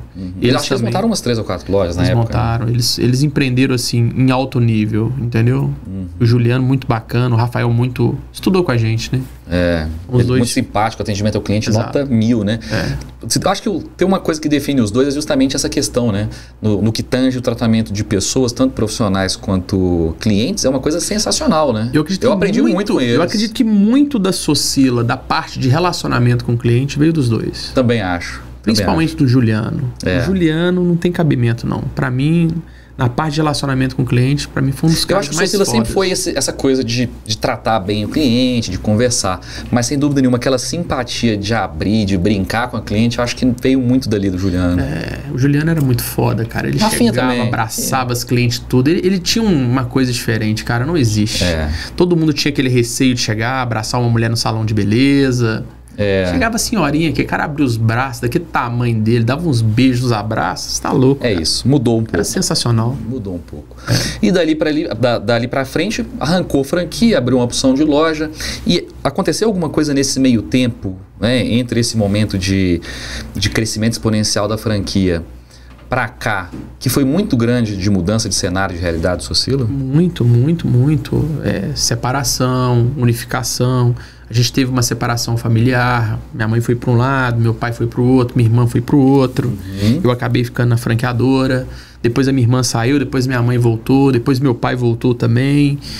Várias lojas abrindo em sequência, muito rápido, entendeu? O treinamento já não era o mesmo mais, a evolução já não era o mesmo mais. Na hora que assustava, já tinha Socila para tudo quanto é lado. Os profissionais começaram a ingressar na justiça, começaram a se sentir injustiçado. Veio muito bololô de informação ao mesmo tempo, aquele negócio todo, e o processo de consolidação de uma grande marca. Que não espere só flores. Aí começou a aparecer os espinhos do negócio. E inclusive no meio desse caminho de um crescimento, né, de muito sucesso, de muito trabalho, de muita energia, veio sua doença. Mas ele teve sua entrada também, que foi muito importante mas foi muito lá atrás, né? Eu tô tentando manter um pouco fora ali. Mas pra gente poder chegar nessa etapa, tem que se falar disso. Porque quando você chegou lá a primeira vez, não sei se você lembra, que não, era tudo feito no Word. Era papel, era comanda, não tinha organização, não tinha nada. E o que começou a fazer sentido pra gente poder entender que a gente estava crescendo, estava no caminho certo, foi essas organizações, esses passo a passo. E quando as pessoas chegavam lá, só se deparavam comigo, às vezes atrás da recepção, ou às vezes fazendo as coisas, mas não tinha ninguém por trás para poder administrar e fazer as coisas, ficava meio solto. E na hora que a gente começou a centralizar uma administração, com processos, com entendimento, com relacionamento, setorização, né, começou a atender melhor os fornecedores, a gente começou a receber melhor os parceiros, os clientes, os funcionários, porque antigamente não tinha isso, não tinha nem entrevista. Eu quero sua manicure, senta ali, faz a unha ali. Amanhã você tá aqui, pronto. Não, aí começou a ter entrevista, começou a ter banco de dados, começou a ter informações das pessoas que realmente queriam ingressar, cara. E dali pra frente, Fernando, é o que dá o salto. Eu acho que teve um background ali que foi adicionado no negócio, mas o negócio é o negócio. O Socila é o Socila, já era o Socila desde lá de trás, dos conceitos e tudo mais, né? Mas o que eu tinha falado da doença, porque eu acho que foi num momento de auge de expansão do negócio. A doença foi quando você teve que se afastar do negócio. A doença quando eu estava com 34 anos. Quando eu estava com 34 anos, é uma idade icônica para mim, porque eu estava no auge, igual você falou. Eu estava treinando crossfit, estava bem demais. A gente já estava ali com umas 70 lojas. E abrindo muita loja, muita loja. A gente estava abrindo uma média de mais ou menos 28 a 30 lojas por ano. Eu lembro que teve semana que abria 2 lojas na mesma loja. Na mesma semana. Dezembro a gente costumava abrir 4 lojas em dezembro. Era loucura. Era engraçado. Você fazia uma por fim de semana. E no meio desse processo? Aí passei, assim, fiquei 2 dias sem ir no banheiro, uma constipação ali. Fui fazer um exame, o médico falou, não, isso aí deve ser algum tipo de intolerância de lactose, você toma muito leite. Eu sou um cara muito tranquilo, nunca bebo, nunca fumei, nunca usei nenhum tipo de anabolizante, droga, nem nada disso. Sou um estilo mais naturalista. E aí eu achei estranho demais, porque eu tomava muito leite, né? Tomava um litro de leite mais ou menos, para poder fazer aquela reposição ali, porque treinava muito. Proteica, né? De proteína. Então dava muito essa necessidade. E aí logo na sequência, fiquei esses 2 dias aí no banheiro. Quando eu cheguei lá, eu tomei essa notícia. Eu cheguei cedo, fiz uns exames, aí o cara pediu uma tomografia para poder ver como é que estava a região abdominal. Aí já deu uma assustada, né? Não. ele fez sem querer o que ele fez. Ele fez o que ele tinha que ter feito, mas jamais para um cara de 34 anos esportista. Porque chegou em frente de um atleta. Não chegou um cara que estava reclamando de dor, que tinha um quadro. Não chegou uma pessoa doente. Chegou uma pessoa com problema. Chegou um cara com problema de constipação, que não conseguia ir no banheiro. E aí ele fez uma leitura rápida. Falou, toma 1 litro de leite mais ou menos por dia. Esse cara criou uma tolerância de lactose, petrificou ele, as fezes, e ele não vai conseguir ir no banheiro. Então, eu vou fazer uma leitura aqui de como é que está o intestino dele através da tomografia, porque mostra na hora, né? E eu vou saber se tem ou não tem, o que é e o que não é. Então ele foi nisso. Só que na hora que ele foi nisso, ele foi muito assertivo. Porque quando você toma aquele contraste, justamente que ele é laxante e ele libera tudo, que na cabeça dele ia acontecer isso, que ele ia resolver vários problemas com uma solução só, foi a tomografia que revelou o que eu tinha. E aí, cara, foi um baque absurdo para ele. Eu lembro como se fosse hoje. Quando esse cara olhou para mim, olhou pro exame, olhou para mim de novo, olhou pro exame, ele se perdeu. Ele começou a mexer na gaveta, começou a pegar as canetas assim para poder tentar despistar que não era assustador. Pra processar ali, né? Não fazia sentido. E aí ele descobriu algo que eu não queria. Aí ele chegou, falou no canto, falou, ó, a gente precisa de procurar um oncologista rápido, seu exame aqui não ficou legal e vamos correr atrás disso.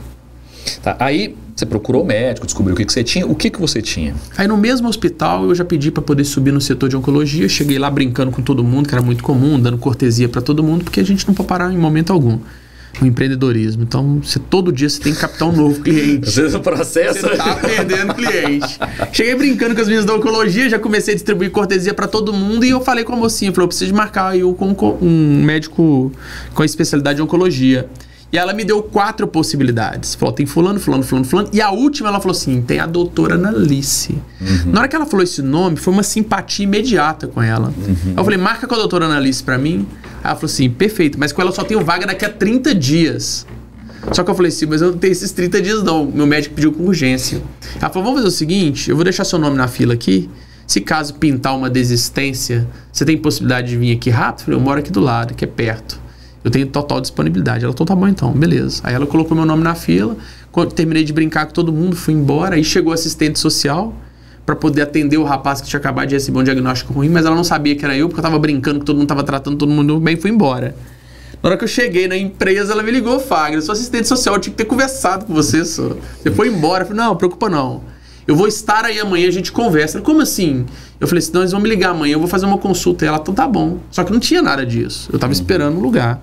No outro dia, 9h30 da manhã, a menina me ligou. Fagner, pintou uma vaga agora com a doutora Analice. 10 horas. Você consegue vir aqui? Eu falei, pode me esperar. Desci pra lá, cheguei lá muito rápido. Aí já entrei, já fui fazer a consulta com a doutora Analice. Aí ela olhou tudo e tal, falou, ó, realmente é um quadro um pouco preocupante, você é muito jovem, a gente não tá entendendo o que tá acontecendo. A gente vai precisar de entrar agora numa bateria de exames. Você tem disponibilidade? Tem plano de saúde? Eu falei, tem. Então tá bom então. Ela falou assim, você conhece alguém? Você quer alguém pedir café? Não, tô 100% nas suas mãos. Ela, tudo bem. 100% nas minhas mãos? É. Aí ela tirou um prontuário do SUS de dentro da gaveta dela. Falou, vou te indicar para um amigo meu que é especialista nisso, eu tenho certeza absoluta que ele vai te dar um atendimento maravilhoso. E aí escreveu no prontuário, ligou para a doutora Ana Maria, que é a diretora-geral do Hospital Belo Horizonte. Ela desceu, viu o caso e escreveu de todo tamanho com letras garrafais no meu prontuário urgente. E me mandaram lá pro 100. E isso não te assustou em hora nenhuma? Até então? Eu tinha 34 anos, estava tranquilo, né? Estava seguro de si. Qualquer coisa que viesse pra mim ali, eu tava tranquilo. Mas até então foram notícias que eram... Só notícia ruim. Só bomba. E aí o que aconteceu? Na hora que eu fui pra lá, eu fui para o centro de especialidade médicas para poder fazer uma biópsia. E a biópsia era o que ia realmente diagnosticar o que eu tinha. Quando eu cheguei lá, eu fui atrás do especialista, o nome do cara é José de Alencar. Eu já imaginei um senhor de idade, alguma coisa. Cheguei lá, tinha um cara da minha idade, 34 anos, tinha acabado de voltar de Cuba, ele era um especialista somente em diagnósticos. E aí eu falei com ele, doutor, o que você acha? Como é que tá? Que trem todo? Você foi muito bem recomendado, você é muito fera. Ele falou, fera não sou eu não, fera é quem me indicou. Porque confia muito em mim, olha só pra você ver o nível do cara. E me explicou o que é. Falou, não faço ideia do que você pode ter, pode ser milhares de possibilidades, porém a gente tem que fazer uma biópsia. E aí eu entrei numa cirurgia para poder fazer essa biópsia. E quando eu entrei nessa cirurgia que o bicho pegou. Porque aí teve a metástase. Metástase é quando você vai fazer alguma biópsia, alguma situação, que você acaba cortando aquele tecido para poder fazer a investigação e ela acaba caindo na corrente sanguínea e acaba espalhando para tudo quanto é lado. E aí logo na sequência veio a metástase, aí depois de 15 dias saiu o primeiro resultado. O primeiro resultado foi imunohistoquímico, ou seja, não tinha resultado. O pouco daquela substância que eles mandaram não foi capaz de revelar. Ah, é? E aí teve a segunda rodada. Você fez 2 biópsias, então? Eu fiz uma biópsia, mas eu fiz 2 testes. Ah, 2 exames com o mesmo Exatamente, porque aí material. que ele me explicou. Falou, eu tirei um pouco do material, mandei para lá, não deu. Agora eu vou pegar todo o restante do material que tem e a gente vai mandar. Se não conseguir descobrir o que é, Fagner, a gente vai ter que ir para um outro tipo de exame, que é um exame mais delicado, que é um rastreio de DNA e tal, e a gente não vai saber com precisão. Mas a gente pode aproximar e começar o tratamento. Por quê? Existe uma normativa dentro do SUS que qualquer paciente que tem uma suspeita de câncer, em 180 dias ele já tem que estar sendo tratado. E ali meu tempo já estava extrapolando. E aí logo na sequência ele mandou para São Paulo, depois de 20 dias veio o resultado. E aí veio exatamente o que eu tinha. Veio um laudo explicando que eu estava com linfoma difuso de grandes células B, no-Hodgkin. E o no-Hodgkin que é o grande diferencial do negócio, porque é um linfoma que é totalmente tratável. Que em 70% dos casos você consegue a cura. E aí logo na sequência ele pegou o diagnóstico, fez tudo direitinho e aí ele me devolveu para ela. Falou, agora nós já sabemos o que é, agora eu vou te indicar outra médica. Eu falei, beleza, quem? Ele falou, doutora Annalise. Eu falei, mas por quê? Ele me explicou. Eu falei, a minha especialidade é entender, investigar e descobrir e devolver para ela. E quando nós devolvemos para ela, foi sensacional. Eu já cheguei de volta para ela, já com tudo bonitinho. Ela falou, não, vamos começar seu tratamento. E aí tem um lapso que é muito legal, que a gente tem que acreditar nas pessoas.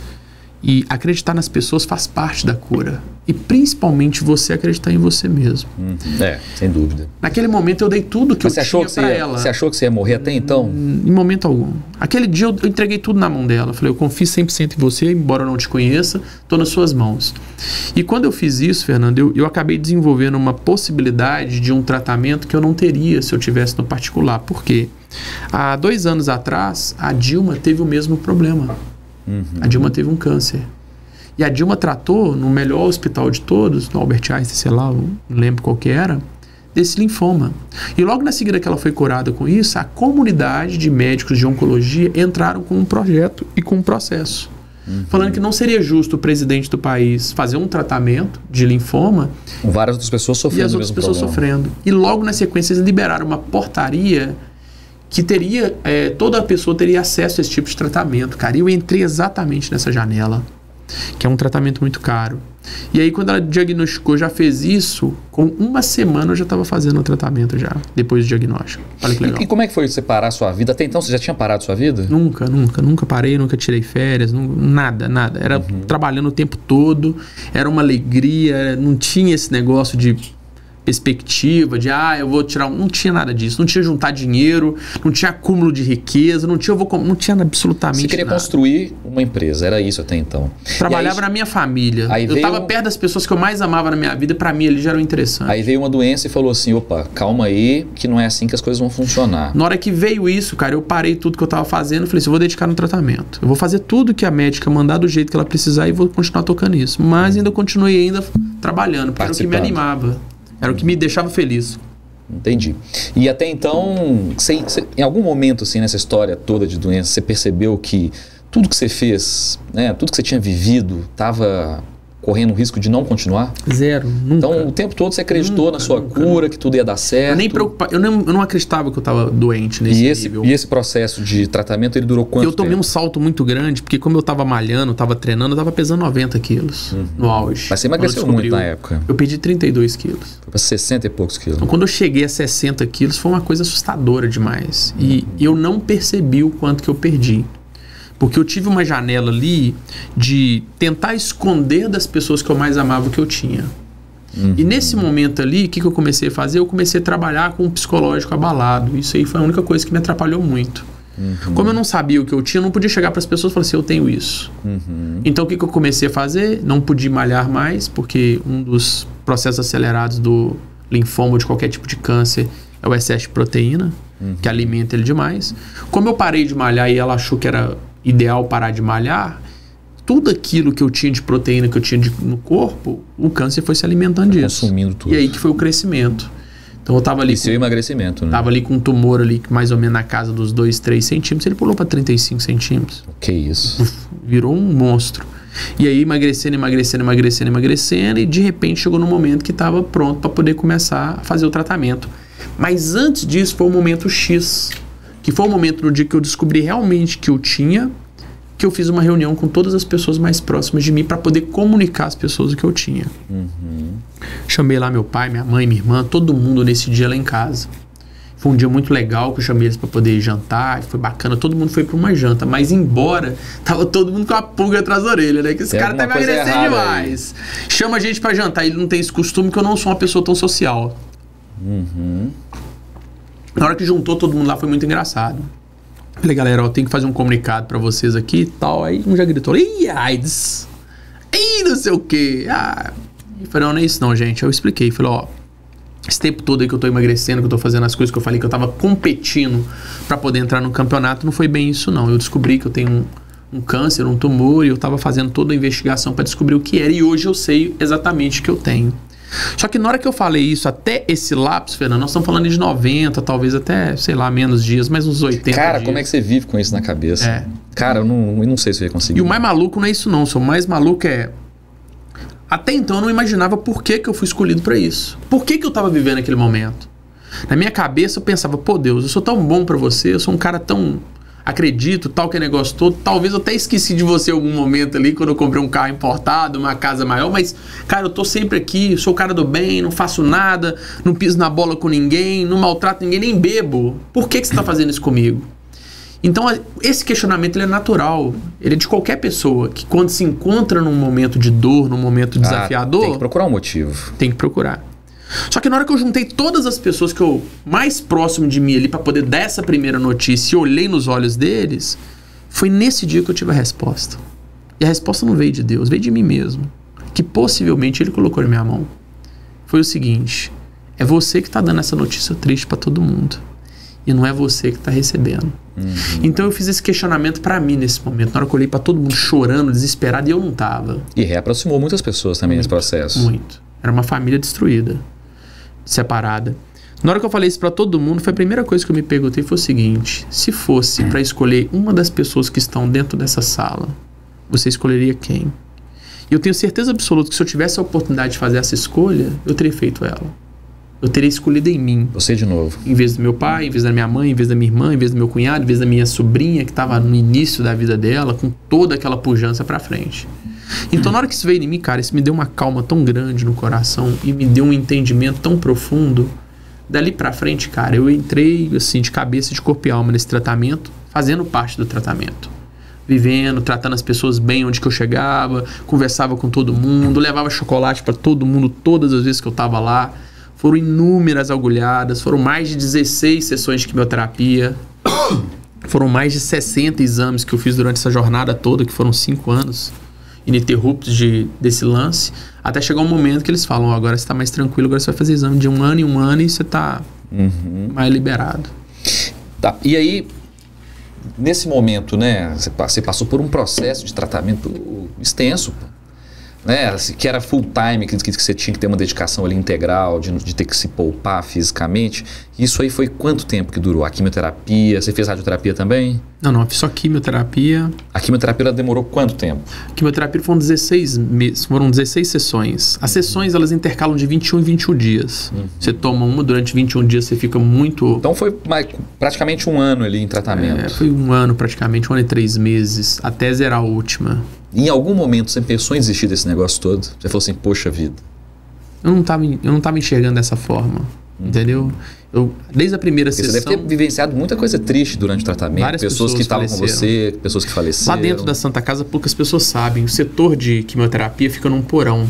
Você conhece muito bem, que você esteve presente lá com a gente. Tem um setor onde que tem as pastas azuis e tem as pastas rosas. Então, quando a pasta azul ela se torna uma pasta rosa, game over. E a gente achava que era masculino e feminino, não era. Era a pasta azul, a pessoa estava em tratamento. Na hora que a pessoa entrava em óbito, ela virava uma pasta rosa. E aí ia para um outro arquivo morto lá e era a parte triste. E o que a gente mais via era isso. Quando sumiu uma pessoa, aparecia uma pastinha rosa lá.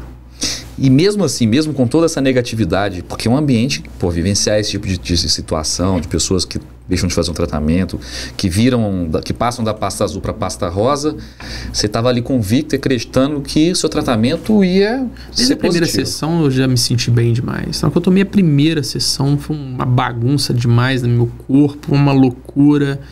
Senti mal, garganta foi fechando e depois tomou uma outra sessão de corticoide para poder cortar isso. Foi uma maluquice demais. Mas na hora que eu saí de lá, depois de 6 horas de tratamento ininterrupto, eu falei, não, eu tô fazendo a coisa certa. Eles acertaram em mim, porque eu tava me sentindo muito bem, entendeu?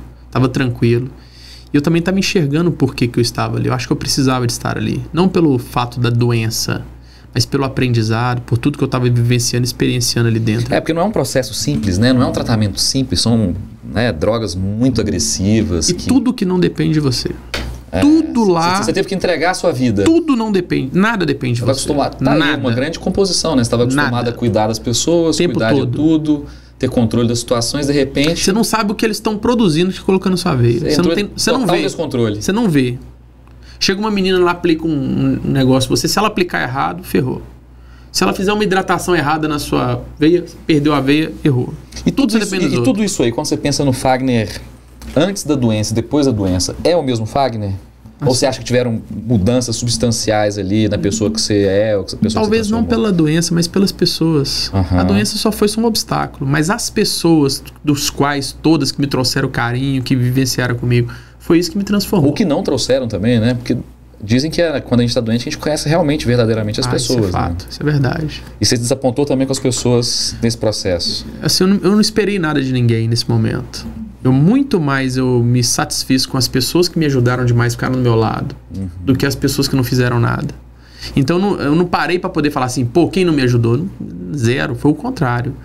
Todas aquelas pessoas chegaram perto de mim rapidamente, que se aproximaram, eu fui acolhendo, fui abraçando e... de uma certa forma você acabou atraindo pessoas que já estavam afastadas, né, por algum motivo. Muita gente chegou lá. Que esse gatilho de te trazer de volta mesmo, né? Amigas minhas rasparam a cabeça. Isso é absurdo, foi a coisa mais absurda que eu vi. Eu inclusive raspei umas cabeças aí. Pô, a Rita chegou lá, cara, você lembra? A Rita, cara, mulher, raspou a cabeça, bicho. Aquilo foi absurdo. E logo em seguida a gente estava embalado no caso da Loura, né? Então eu acho que eu já estava preparado ali, sabe? Porque o que eu passei com a Loura foi... Eu já sabia quais eram as próximas etapas.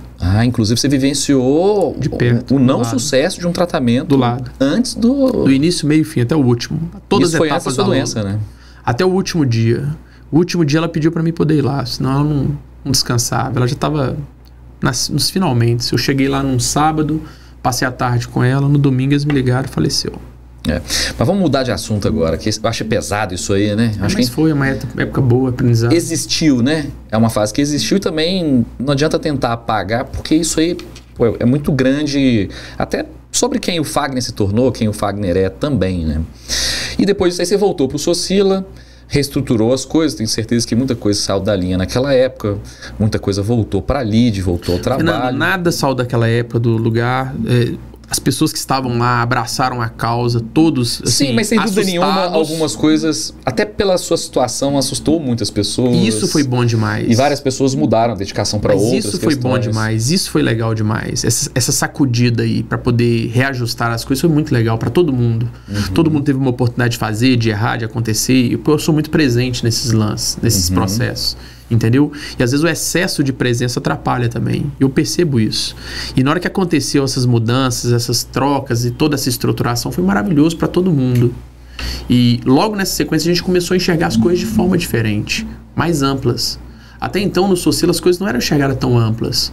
Impressionante como a gente tinha a vida toda pela frente, a gente não pensava daqui a 10 anos, 20 anos. E depois da doença, depois de todo esse processo, cara, a gente começou a passar a pensar no futuro. E depois da pandemia ainda ficou melhor ainda, porque a gente começou a pensar ainda mais os próximos passos, processo de expansão, crescimento e absorver as mensagens negativas. Antigamente, quando um franqueado falava que ia fechar uma loja pra mim, cara, você tá louco, talvez foi até isso que me adoeceu. Eu quase morria junto com o cara.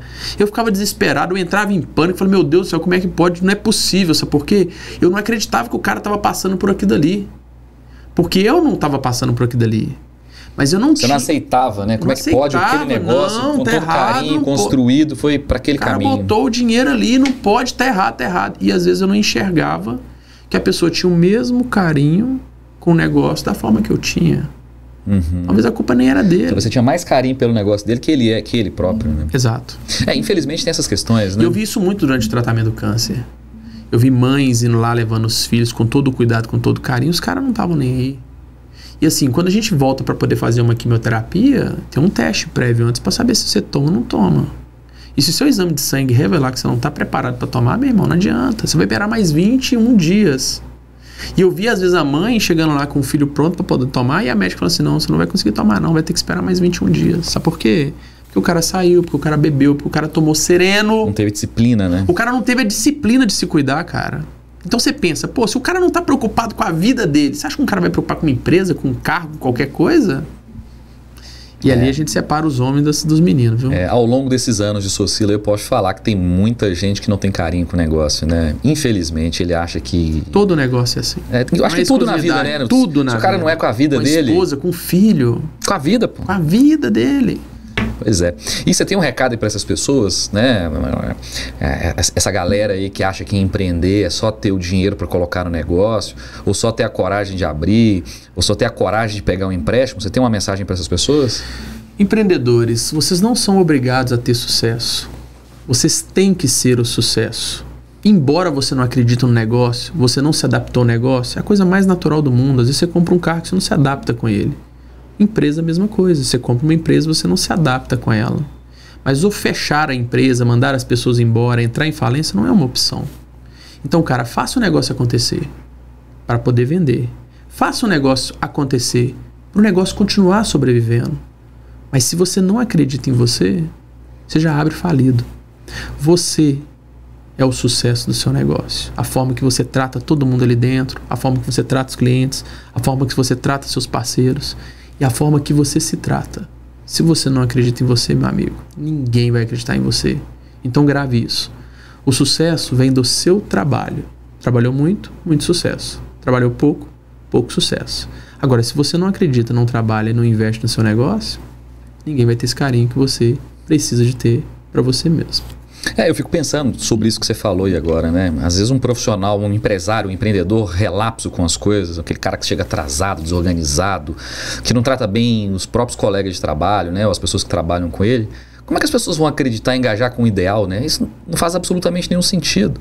No final das contas, eu acho que a equipe é um reflexo do empreendedor, né? E eu acho que está faltando um pouco desse sentimento de protagonismo dentro do negócio. Fica parecendo um papo de coach, né? Falar em protagonismo no empreendedorismo. Mas é isso, né? Se a pessoa não tem condições de ser o protagonista do negócio dele, que nomeie alguém, que contrate um gerente, né? Que tenha alguém para fazer por ele. Fernando, o que você está falando... Mas o frontman do negócio...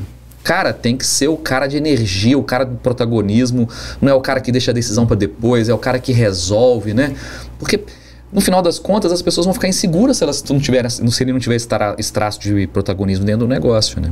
O que você está falando é muito legal e a gente geralmente fala pela palavra dos outros, do passado. Então tudo que a gente está falando aqui possivelmente não é nada novo criado. Alguém falou isso no passado. Só que nós estamos tendo um momento de insight ou de mindset onde que nós estamos preparados para poder entender e comunicar isso para as pessoas. Então, se a gente rebobinar um pouco a fita e voltar nos grandes filósofos aí de Sócrates e Platão, você tem um que produziu tudo e teve um que não produziu nada. Mas teve um que reproduziu tudo que o outro produziu e que se tornou mais relevante do que o outro. Quando a gente fala de empreendedorismo, não estou falando do cara que está montando a empresa não, cara. Eu estou falando do cara que trabalha na empresa do empreendedor, que está empreendendo em alto estilo e alto nível para poder atingir os números. Quando a gente pega uma grande corporação e você fala, fulano de tal, Abílio Diniz, beleza, mas tem, cara, vários outros Abílio Diniz ali dentro, ali, empreendendo em negócios. E que tem um respeito muito grande, e que tem uma notoriedade muito grande, e que às vezes, cara, é melhor ser o segundo lugar. Eu falo isso pra todo mundo. Você fica tão obcecado em ser o primeiro lugar, que às vezes você nem curte esse momento. Às vezes o cara que é o segundo lugar ali, cara, ele não tem tanta responsabilidade, não tem tanto problema, não tem dor de cabeça, tem um padrão de vida maravilhoso e ninguém quer sequestrar ele. Quando sequestraram o Abílio Diniz, quem sequestrou o Abílio Diniz? Foram os bandidos. Eles pegaram quem? O Abílio Diniz. E o CEO lá, o CEO, o CFO, ninguém nem sabe quem que é o cara que tava tão bem quanto e tava lá vivendo e crescendo, cara. Mas eu acho que além disso, assim, eu acho que a gente tem uma cultura de empreendedorismo um pouco distorcida aqui no Brasil. Porque Porque quantas pessoas você deve ter escutado ao longo da sua vida falar assim, poxa, eu não vejo a hora de eu abrir uma empresa e aposentar. Opa. Uma hora eu vou abrir uma empresa que eu quero dar uma relaxada na minha vida. Isso é um insulto. Cara, pra mim, se o empreendedor não for o cara com a ideia fixa na cabeça que ele vai ser o cara que vai mais trabalhar, que mais vai resolver problema dentro do negócio dele, não adianta. E não é só sobre resolver os problemas, é viver aquilo, cara. Você só tem uma vida. Você só vai poder ter uma oportunidade de poder fazer as coisas que chegaram até você. E quanto mais você provocar essas coisas, mais elas vão vir até você. Mas você acha que existe uma forma do empreendedor ter sucesso com esse pensamento de que eu quero abrir uma empresa porque eu quero relaxar? Não existe. Ah, não sim. É frequência. Não tem jeito. Frequência. Quanto mais ele entregar, quanto mais ele plantar, mais ele vai colher. Eu também acho que se o cara não for o cara que vai mais trabalhar dentro do negócio dele, pode desistir, nem abre. Não existe. Continua como empregado, até aposentar. O cara pode me provar, pode falar o que for, mas se eu não ver ele agindo, se eu não ver ele plantando, não tem colheita. Para mim não existe outra fórmula. Esse é o exemplo mais simples, transparente e claro do nosso negócio, de qualquer mercado. Plantou, vai colher. Não plantou, meu irmão, não espere colheita.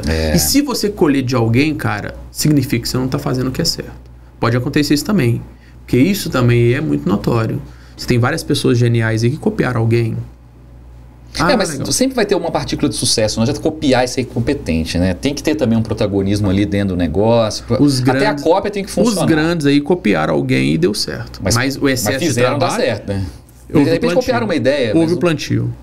E dentro desse universo que você vive, vários empreendedores, você conheceu muita gente aí, né? O que você acha que é o principal traço de personalidade ou a principal característica do empreendedor que tem sucesso? Vamos lá, cara, todo empreendedor de sucesso ele tem uma centelha diferente, uma centelha divina dentro dele, que é uma inquietude. O cara está preparado para poder receber mensagens negativas o tempo todo, ele não se abate com isso, ele pode naquele momento ele ficar chateado, mas logo na sequência ele quer fazer algo diferente. Ele não está preocupado em ser perfeito, ele não está preocupado em ser o melhor, ele não está preocupado em encontrar a perfeição para poder agir. Ele vai agindo, às vezes no amadorismo, às vezes no feeling, às vezes no instinto, mas vai fazendo. E quando ele descobre que ele começa a executar com muita frequência tudo aquilo que ele vai fazendo, cada vez mais ele vai tendo coragem. A coragem é a ausência do medo. E o medo é a ausência da coragem. Mas quando o cara começa a executar, começa a planejar, começa a fazer, ele começa a descobrir que aquilo dali vira para ele uma situação de diversão. E divertindo que a gente encontra as melhores soluções, os melhores negócios. Tem uma brincadeira muito antiga que eu uso com as pessoas. O que é mais importante? Se é a inteligência ou se é a criatividade? Aí tem um amigo meu, Marcelo Jorge, um abraço para ele. Ele respondeu de pronto, assim, que é uma mensagem pronta que a gente usa, né? Que a diversão é a inteligência se divertindo. E a gente às vezes esquece disso, porque a gente está tão marcado por várias coisas.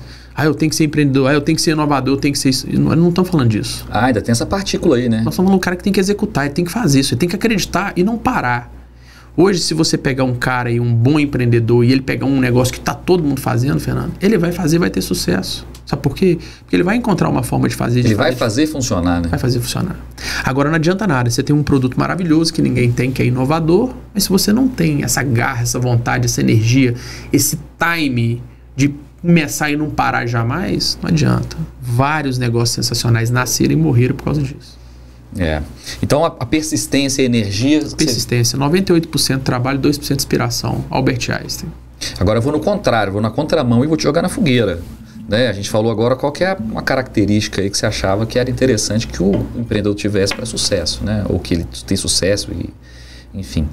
Qual que você acha que é a característica do empreendedor que costuma não ter sucesso? Ou que ele desistiu, ou que acabou? O que você vê que é um padrão que se repete para essas pessoas? Você sabe que na época da Inquisição, quem que eles jogavam na fogueira era considerado as bruxas, né? Mas não tô jogando na fogueira, não. Mas vamos pensar aí pra você ver. Todo cara que quer ter sucesso em alguma coisa, ele tem que acreditar e tem que executar. E ele só vai descobrir realmente se ele não teve sucesso se ele não fizer. Se ele fizer, até o insucesso dele, até as coisas que deram errado para ele, é o certo. É um sucesso aprendizado, porque ele sabe como não fazer. É um sucesso aprendizado. Então todo cara que quiser realmente, de fato, ser um fracassado, é só parar. A partir do momento que você parou, você assumiu o fracasso. A gente tem que saber separar também o que é estar cansado e parar para descansar. E aí muitas pessoas às vezes misturam isso. Tem gente ali que está cansada, e não aceita parar. E aí o cara entra em colapso. Então, a qualquer momento do empreendedor que você tiver com um desafio, pare e senta, descansa. Descansar é legal também. Descansar faz parte do processo. Descansar para não desistir, né? Só não desiste. Só não para. Porque quem vai ganhar essa maratona vai ser o último cara que desistir. E o último cara que desistir vai ser o cara que vai ter toda a glória de todos aqueles que desistiram. O que faz absolutamente todo sentido, né? A gente vê várias pessoas tendo colapso nervoso, né? Ou desistindo de grandes carreiras, ou querendo pivotar de profissão. Por sinal, a gente vê tanta gente pivotando de profissão porque de repente está cansado, né? Não entende que de repente um descanso ou mudar um pouco a ótica do negócio pode, né, voltar com ele para a rota. Mas então, qual que é que você acha que é essa característica que pode levar um empreendedor para o insucesso? Qual que é a principal, assim? Falta de dedicação. Falta de dedicação. Tempo. Se ele não tiver tempo pro negócio dele, se ele não dedicar pro negócio dele... Cara, a gente teve uma pessoa aqui na mesa, o Cole, né? E eu lembro que ele falou assim que a coisa que ele mais queria, que ele quando ele conseguiu, era acordar com tesão pro negócio dele, né? Poxa, eu vou acordar agora com tesão para ir pro meu negócio. Você acha que esse negócio é uma característica do empreendedor, de ter tesão pro que ele faz? Para tudo na vida. Para tudo. Não só para a empresa, para o empreendedorismo, para o filho, para a mulher, para a esposa, para o casamento, para tudo. A partir do momento que você não sente prazer, você não sente vontade para poder executar aquilo, você tem que fazer um auto-redesenho em você, porque a culpa não está no negócio, a culpa está na gente. E quando a gente puxa a responsabilidade para aquilo que a gente faz, como a gente encontra o porquê que a gente não está querendo fazer. Porque tá todo mundo fazendo. Se você chegar hoje na China, tem 2, 3 milhões de pessoas que fazem o que você faz com uma maestria muito melhor, ganhando 10 vezes menos. Então, se a gente não estiver entendendo realmente por que a gente não está motivado, porque a gente não está satisfeito, a culpa está na gente. Mas você não acha que como empreendedor, de repente você ficar resolvendo os mesmos problemas, né, de ciclos em ciclos, como é que você faz para deixar que aquilo não te desmotive? A gente tem 3 campos que nós usamos muito, que é o da sensação, da visão e da sensação, visão e da sensação, visão e percepção. A percepção é tudo aquilo que eu acho que é e que às vezes eu não consigo ver. É uma percepção. A sensação é aquilo que eu sinto, mas talvez eu não vejo. E o campo da visão é aquilo que é torpe. Eu só enxergo e só olho. Quando eu consigo fazer essa analogia desses 3 campos, de fato, eu chego onde que eu preciso. O que eu quero. E eu não desisto jamais. Mas quando eu só estou só num campo, ele passa a ser inutilizado pelos outros campos. É como se fosse uma pirâmide. Que 2 pontos tocam numa base e o último fica lá em cima. Mas quando eu acredito em algo que realmente, de fato, vai acontecer, em algum momento eu vou ter que entender que eu estou passando pelo mesmo negócio, pelo mesmo ciclo que é necessário. É porque eu vejo muito empreendedor desistindo, cara, justamente por essa questão de já não aguento mais lidar com esse problema, né? Pô, resolvi esse problema na semana passada, eu custei a contratar um profissional, agora eu já não tenho mais. Os mais geniais não desistiram. E como é que faz para manter essa chama acesa? Tem que fazer 1000 vezes, 2000 vezes, 3000 vezes. O cara errou 9000 vezes a lâmpada.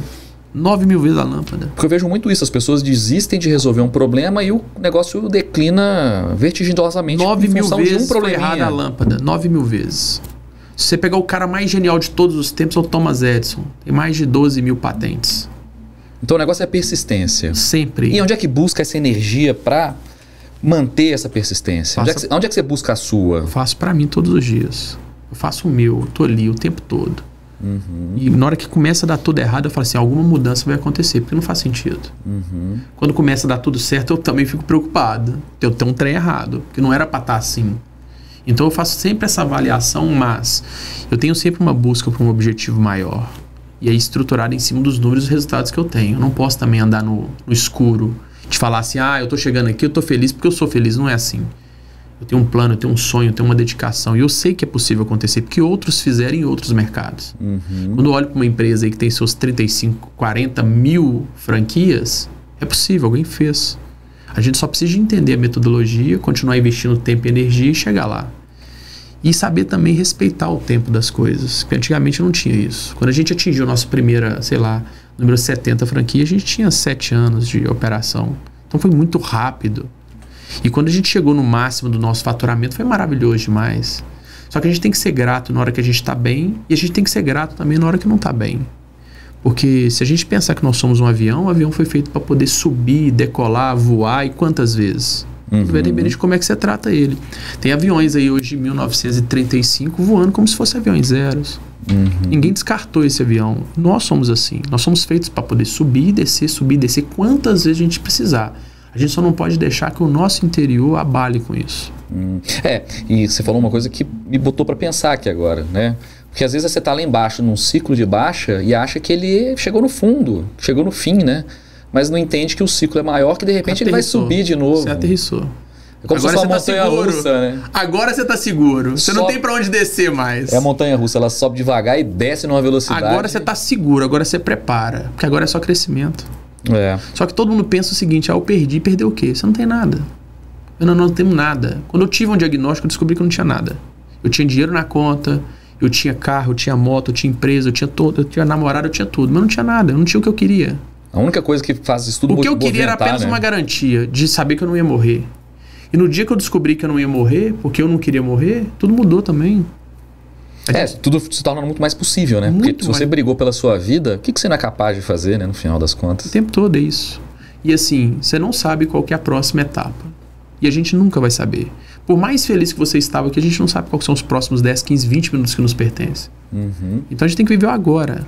E sobre a Socila, assim, né? Qual que é a busca da Socila hoje, assim?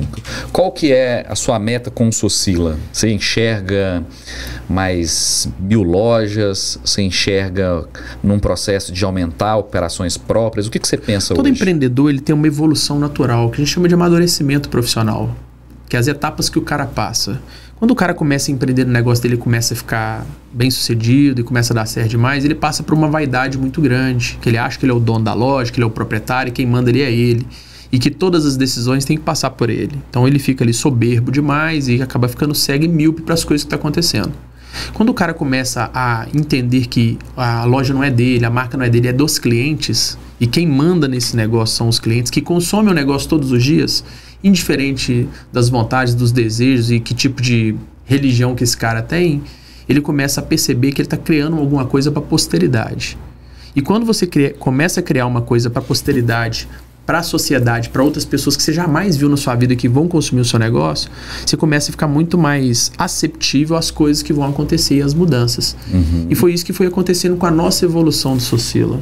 Quando eu comecei a perceber que as pessoas queriam lá e visitar o Socila, indiferente se era o Fagner, Lídio, Fernando ou qualquer pessoa que seja lá dentro, você começa a entender melhor e ser mais acessível às mudanças e às transformações.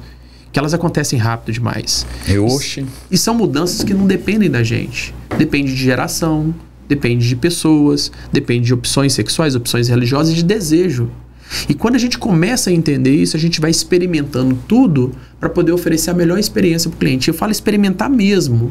Experimentar de tomar decisões ruins e descobrir que aquela decisão tem que ser tomada, ela foi tomada, ela é ruim, que eu não vou tomar mais e vou tomar decisões acertadas. E aprender com erro rápido, sem compromisso com o acerto. Diante disso, nós passamos das 10 lojas, foi maravilhoso, passamos das 100 lojas, foi maravilhoso, e agora nós descobrimos um oceano azul. Nós sabemos que o número de salões de beleza no mercado é 1.300.000 salões de beleza a nível Brasil. Uau! 1.300.000 salões de beleza. E quando a gente pega a maior rede de salões da América Latina aí com 120, talvez 130 lojas do Socila, nós entendemos o quanto insignificantes nós somos. E o primeiro passo para você poder se tornar alguém relevante, alguém importante, é entender da sua insignificância. E isso mostra pra gente através da evolução da espécie. Nós estamos no meio da cadeia. Nós não somos nem o início nem o fim. Se você fizer um estudo aí sobre o seu DNA, sobre seus cromossomos, sobre quem você é, você vai encontrar aí milhões de rastros de cromossomos dentro de um DNA. Milhões. Nós temos uma enciclopédia de 20 mil livros de 500 páginas dentro de um dos nossos cadeias de DNA. Então, ou seja, é muito grandioso o que tem para baixo. E quando a gente olha para fora, nós temos quantas galáxias? A gente é nada, né? Quantos mundos? Quantos planetas? Quantas Via-Lácteas? Nós estamos falando aí de bilhões e trilhões. Então a gente só faz parte de um meio que a gente acredita que a gente se torna muito maior do que todo mundo. E não é. Mas nós temos que conectar as pessoas. E esse é o grande desejo do Socila. O grande desejo do Socila é levar para milhares de pessoas que querem um método, querem uma estrutura, querem um desenvolvimento, querem um sistema, um lifestyle de gestão de salão de beleza e atendimento de cliente diferenciado. É isso que nós lutamos todos os dias, é isso que nós tentamos desenvolver todos os dias, fazendo a mesma coisa sempre. Eu acho que uma das maiores definições de amor para quem trabalha é quando você consegue fazer todos os dias aquilo como se você fizesse a primeira vez. Ah, isso aí é maravilhoso. Eu acredito muito nisso. É o que a gente tem feito todos os dias. Talvez a gente não inova tanto, talvez a gente não cria tantas perspectivas novas, mas nós estamos fazendo aquilo que nós acreditamos com muito carinho e é o mais difícil de ser feito, Fernando. O mais difícil não é você fazer um bife, não é uma carne, não é uma picanha suculenta, não. O mais difícil é comer o arroz com feijão todo dia. É. Mas se ele for bem feito, se ele for feito com qualidade, você come ele todo dia como se fosse a coisa mais maravilhosa do mundo. Porque é, né? E é a coisa mais maravilhosa do mundo, porque é o que você precisa, é o que você ama, é o que você faz. Então o Socila está nessa pegada aí agora de tentar entender esse 1,3 milhões de salões de beleza em todo o território nacional. A gente tem um processo de expansão acelerado, que é a virada de bandeira, onde que a gente transforma salões de beleza que estão passando por um certo tipo de dificuldade de gestão de relacionamento em Socila. Nós temos um planejamento também de abertura de novas lojas, que são 7 modelos que nós adotamos, que é a modalidade Simple, Basic, Clássica, Store.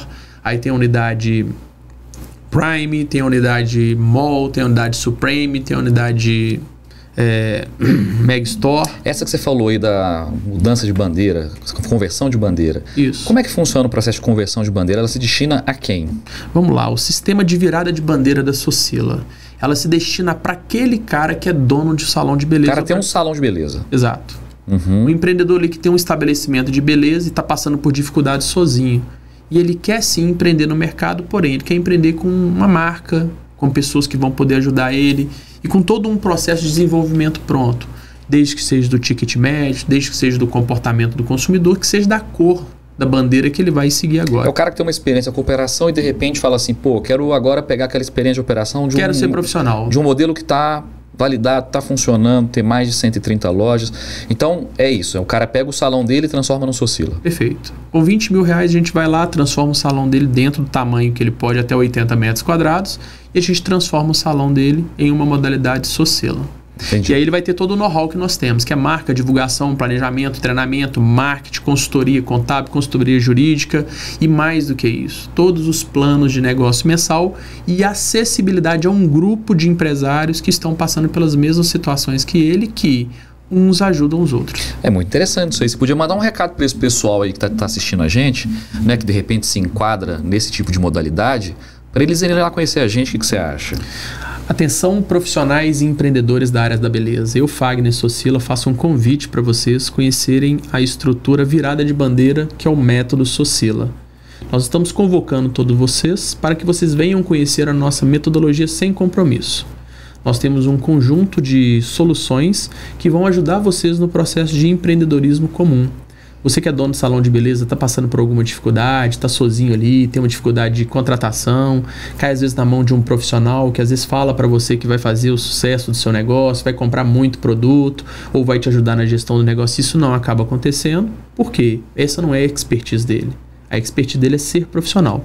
Nós da Socila aqui vivenciamos todos os dias todas essas etapas da gestão, da construção da marca, de prospecção de clientes, de como fazer com que você obtenha sucesso no seu negócio. Mas eu já vou abrir o segredinho para vocês antes aí, tá bom?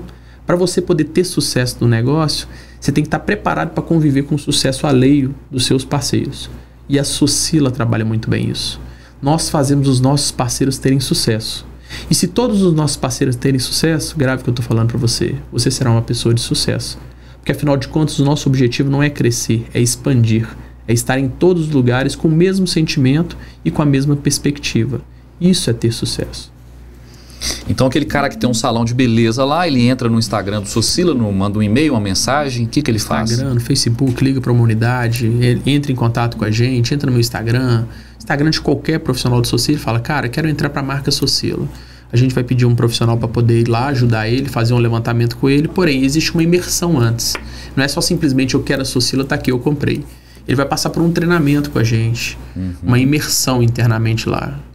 E dentro dessa imersão a gente vai apresentar para ele quais são as etapas que ele precisa de vivenciar e de mudar o mindset dele para se tornar um gestor de salão de beleza. Se caso ele não passar por essa etapa, a gente vai continuar a amizade legal, a gente pode ajudar ele nas consultorias sem custo nenhum, mas ele precisa de fazer essa mudança, ele precisa de entender que se ele não mudar o comportamento dele, os resultados vão continuar sendo os mesmos. Mas se ele estiver aberto para poder fazer essa mudança e essa alteração de mindset, eu tenho certeza absoluta que ele se torna um empreendedor de sucesso, junto com a gente. Ah, legal. Então, pessoal, você que está aí assistindo a gente, tem um salão de beleza e de repente não está satisfeito com os resultados, pô, procura lá a Socila, vai lá no Socila Salão, Socila Franquias, entra no site da Socila, pô, vai conhecer o modelo, quem sabe, né, você escuta alguma coisa que possa mudar a sua vida. Bom, e além do modelo de conversão de bandeiras, tem outros modelos também, como por exemplo, para aquelas pessoas que querem empreender através de um negócio, né? De repente a pessoa está com uma grana parada, quer investir, não está vendo muita segurança aí em aplicações financeiras, ou de repente recebeu uma herança, quer vender um carro, não sei, quer empreender de alguma forma. Quais são essas modalidades de negócio? Elas começam a partir de quanto que a pessoa investe para ter uma loja de Socila? Vamos lá. Você que está querendo empreender, entrar no mercado da beleza, que é um dos mercados que mais crescem no mundo. O mercado da beleza é um mercado que não sofreu boom ainda. O que é um boom? Um boom é quando várias grandes marcas se consolidam no mercado. Nós temos vários exemplos aí de grandes marcas aí que tem 5, 6, 10 mil lojas. E quando você olha para o mercado da beleza, que é um mercado extraordinário, que cresce muito no mercado o tempo todo, e que você tem a maior rede de salões com 130 lojas, já entenderam exatamente por que eu estou falando desse boom. Então, se você quer empreender num mercado novo, onde que você tem a capacidade de ser grande e relevante, esse é o mercado. Venha com a gente para o mercado da beleza. Nós começamos com franquias a partir de R$60 mil. A nossa modalidade R$60 mil é uma franquia que se chama franquia Simple, onde que você vai montar um estabelecimento e nós vamos ajudar você, um estabelecimento ali até 50 metros quadrados. Preço médio ali de uma montagem de uma estrutura dessa dá em torno de R$1.200, R$1.250 por metro quadrado. Nós estamos falando de um lugar onde vai ter 2 cadeiras de cabeleireiro, um lavatório, 2 bancos de manicure e uma recepção. E automaticamente ali você vai trabalhar em média ali com 5 a 6 pessoas, que vão ser os seus parceiros. Esses parceiros são todos microempreendedores individuais. Então nós treinamos e capacitamos essas pessoas para ter o mesmo sentimento e o mesmo pensamento de empreendedorismo que você tem, sem vínculo trabalhista. Então você vai trabalhar com outros empreendedores ali que têm o mesmo pensamento que você, que é de crescimento, de atendimento e de senso de autorresponsabilidade. A próxima modalidade que eu vou apresentar para vocês é a modalidade Basic. A modalidade Basic da Socila é um salão de beleza até 80 metros quadrados, que geralmente tem 13 pontos de atendimento. Dentre eles são 4 cadeiras de cabeleireiro, 4 bancos de manicure, 2 lavatórios e 2 salas de estética. O valor do total desse empreendimento sai em torno de mais ou menos R$90 mil, ou seja, mais R$1.000 e poucos aí por metro quadrado. Chave na mão. Para que você possa ingressar no Grupo Socila através de franquia, existe um processo de imersão sem compromisso. Nós fazemos uma reunião esclarecedora para você, explicando todas essas etapas, para você ficar bem confortável. Você passou dessa parte dessa reunião esclarecedora, você vai para uma imersão. Você passa uma semana junto com a gente dentro de um salão de beleza, sendo o proprietário desse salão, para poder descobrir se você tem o perfil para esse negócio. E se uma vez você descobrir que você tem o perfil para esse negócio e a gente conseguir entender qual é o melhor lugar da região de onde que você quer empreender para a gente poder montar o seu estabelecimento, você está pronto para poder empreender no mercado da beleza junto com a marca Socila. A terceira modalidade que nós trabalhamos, que é a mais comum, é a modalidade clássica. A modalidade clássica é uma modalidade direcionada para investidores.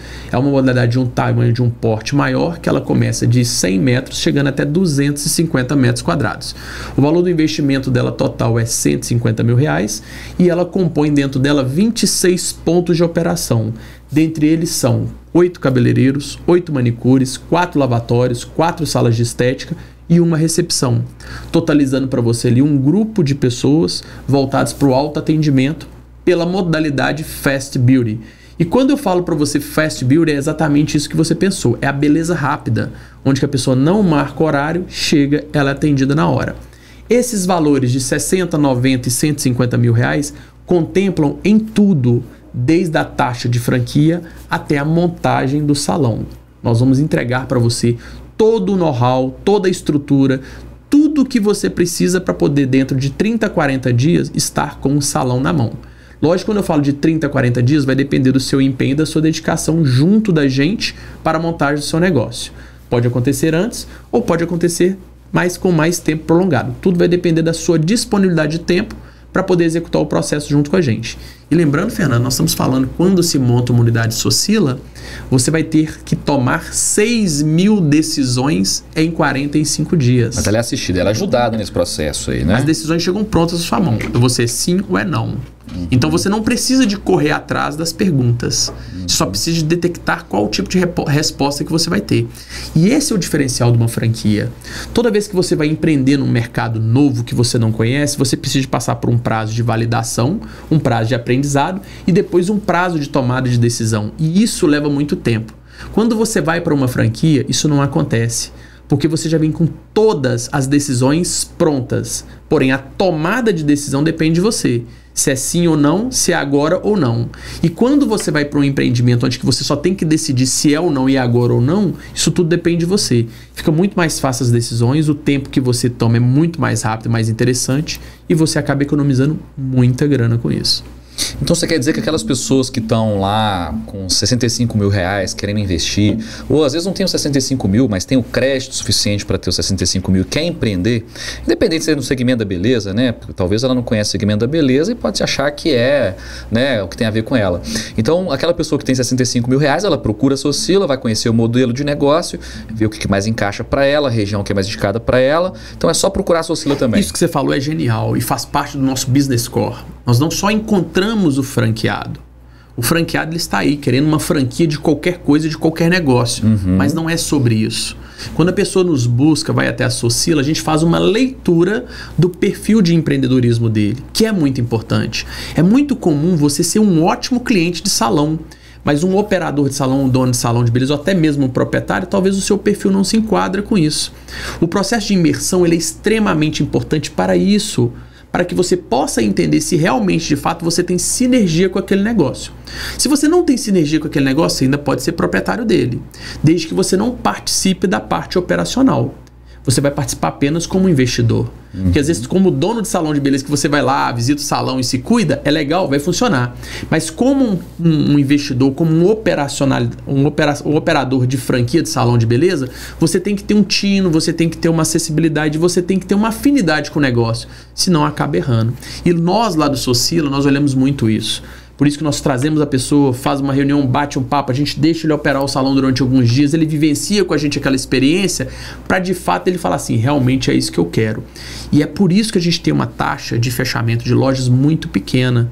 A gente consegue vender sua loja, a gente consegue transferir sua loja, a gente consegue ampliar sua loja, a gente consegue diminuir sua loja. Tudo vai depender do estado que você está e do fôlego que você tem. Mas dificilmente a gente fecha uma loja Socila, dificilmente você vai ver uma loja Socila fechando. Ela vai mudar de ponta, ela vai ampliar, ela vai crescer, ela vai vender. Por quê? Porque diante desse auxílio que nós prestamos para esses jovens empreendedores, nós conseguimos fazer com que eles se encontrem dentro do empreendedorismo na área de salão de beleza. E esse é o grande diferencial da marca. E esse negócio de ficar dentro da loja talvez se torne um grande diferencial, não pela aprovação ou reprovação do candidato, mas é para ele realmente se avaliar se ele se vê bem dentro daquele negócio. Né? Imagina que você vai comprar uma franquia de uma empada, por exemplo, e você não consegue sentir o cheiro de empada. Né? Você vai descobrir isso na hora que você inaugurar a sua loja? Pô, não faz sentido. Então, realmente o teste de fogo, né, faz todo sentido para a pessoa saber se é um negócio que ela quer ou não viver. Nós tivemos um franqueado que ele foi reprovado por duas coisas que ele falou que é extremamente importantes para a gente. Primeiro, ele falou que detestava a cor cor-de-rosa. Ele falou, detesta a cor cor-de-rosa. E a segunda vez foi quando ele entrou dentro do estabelecimento comercial e falou assim, eu detesto esse barulho me irrita profundamente. Imagina esse cara comprar um negócio sem descobrir isso antes. Como que um cara vai comprar alguma coisa que a cor, que é o que faz ele entrar ali dentro, irrita ele profundamente? E como eu vou vender algum negócio para uma pessoa onde que o barulho daquele negócio não tem como tirar, incomoda ele profundamente? Todos os dias ele estaria magoado, chateado dentro do negócio. Então não faz sentido nem começar. Você que está em casa aí, mais uma dica.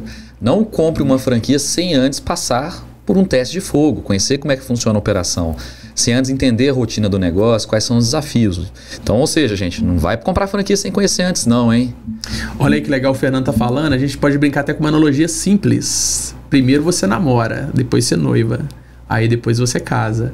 Se você queimar essas etapas aí, você vai entender o mal que você fez para você mesmo. A chance de dar problema é muito grande, né? Mas nós estamos chegando no fim do negócio aqui, hein? Passou rápido. Tem um pessoal ali meio desesperado já. Mas estamos chegando no finalzinho. Você quer mandar um recado aí pro pessoal? De repente aquelas mulheres que não conhecem o Socila ainda como salão de beleza, ou de repente aquelas pessoas que querem investir e não conhecem o Socila como oportunidade de investimento. Você quer mandar um recado para esse pessoal aí? Tem alguns recados aí bem legais. Vamos começar pelas clientes. Ó, não vale você ficar falando o nome de toda cliente que você conhece para agradecer, não, tá? E nós vamos ficar aqui até amanhã. Viu? Queridas clientes Socila, eu, Fagner Socila, prometo continuar dando a minha vida em prol da satisfação, da saúde e do bem-estar de tantas vocês quanto da família de vocês. Eu tenho o privilégio de poder falar para vocês que eu sou realizado demais naquilo que eu faço, que é entregar para vocês o que nós temos de melhor, através das pessoas que nós conhecemos ao longo das nossas vidas. Eu garanto para vocês que os meus profissionais não são os melhores naquilo que eles fazem, mas eu tenho certeza absoluta que eu posso prometer isso para vocês, que eles são as pessoas que amam o que eles fazem, e isso torna eles muito melhor do que muitas pessoas. Então, toda vez que você entrar dentro do Socila, eu peço que vocês tenham muito carinho, muita atenção e muita paciência com a gente. Afinal de contas, nós só queremos entregar o que nós temos de melhor para vocês. No meio de tanto barulho, no meio de tanta confusão, no meio de tanta cliente, às vezes nós falhamos. E não falhamos por mal. Falhamos às vezes por querer bem demais entregar o que nós temos de melhor para vocês. Então tenham paciência conosco e nós prometemos que enquanto houver uma casinha cor-de-rosa, cujo nome for Socila, nós vamos entregar aquilo que realmente vocês foram buscar, que é a saúde, beleza e bem-estar. E lembre-se, Salão Socila a serviço da sua beleza. E para aquela galera que está querendo empreender num modelo de negócio, não sabe o que faz um convite para esse pessoal ir lá conhecer você. E eu acho que é interessante você falar que vai conhecer você mesmo, né? Se eles ligarem lá para te procurar, é com você que eles vão conversar, não é isso? Isso. Fala pessoal, aqui é o Fagner Socila fazendo um convite especial para todos vocês. Você que quer empreender no mundo da beleza, saúde e bem-estar, eu estou fazendo esse desafio para você. Eu me comprometo com você a abrir todas as informações, todos os segredos do nosso negócio, que é o Socila. Eu me comprometo a apresentar para você desde o início, meio e fim da sua jornada como empreendedor, com números, dados, estatísticas e tudo aquilo que você precisar.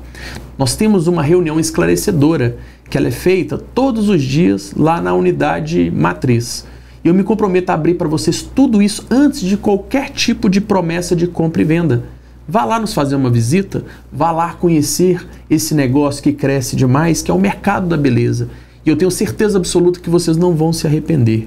Indiferente se vocês vão comprar ou não, sem comprometimento. A sua presença lá pra gente vai ser o maior pagamento. Então eu conto com todos vocês. Se caso você tiver interesse, pode nos chamar nas nossas redes sociais, igual o Fernando falou, Socila Salão, Salão Socila, Socila Franquias, ou se não Fagner Socila, ou se não Fernando Bernini. Chama a gente lá que a gente está à sua disposição para esclarecer todas as dúvidas que você tem e as dúvidas que ainda possam vir. Esse é o meu chamado, fica aberto o meu convite para todos vocês. Aí, legal. Agora vamos chegar na nossa reta final aqui com o nosso pedido clássico de cambalhota. Opa! Não, brincadeira. A música da playlist nossa e aquela frase clichê que não pode faltar. Antes disso, eu quero fazer um desafio. Não é da cambalhota não, né? Atenção, Fagner Socila, não você de hoje, mas você daqui a 10 anos. Eu espero que você seja muito melhor do que você sempre foi. E eu gostaria muito que você continuasse nessa mesma jornada que você está. Lembre-se, há 5 anos atrás você era uma pessoa muito diferente do que você é hoje. E eu tenho certeza absoluta que você será uma pessoa muito diferente do que você é daqui aos seus próximos 5 a 10 anos. Só não esqueça, jamais desista de você e das pessoas.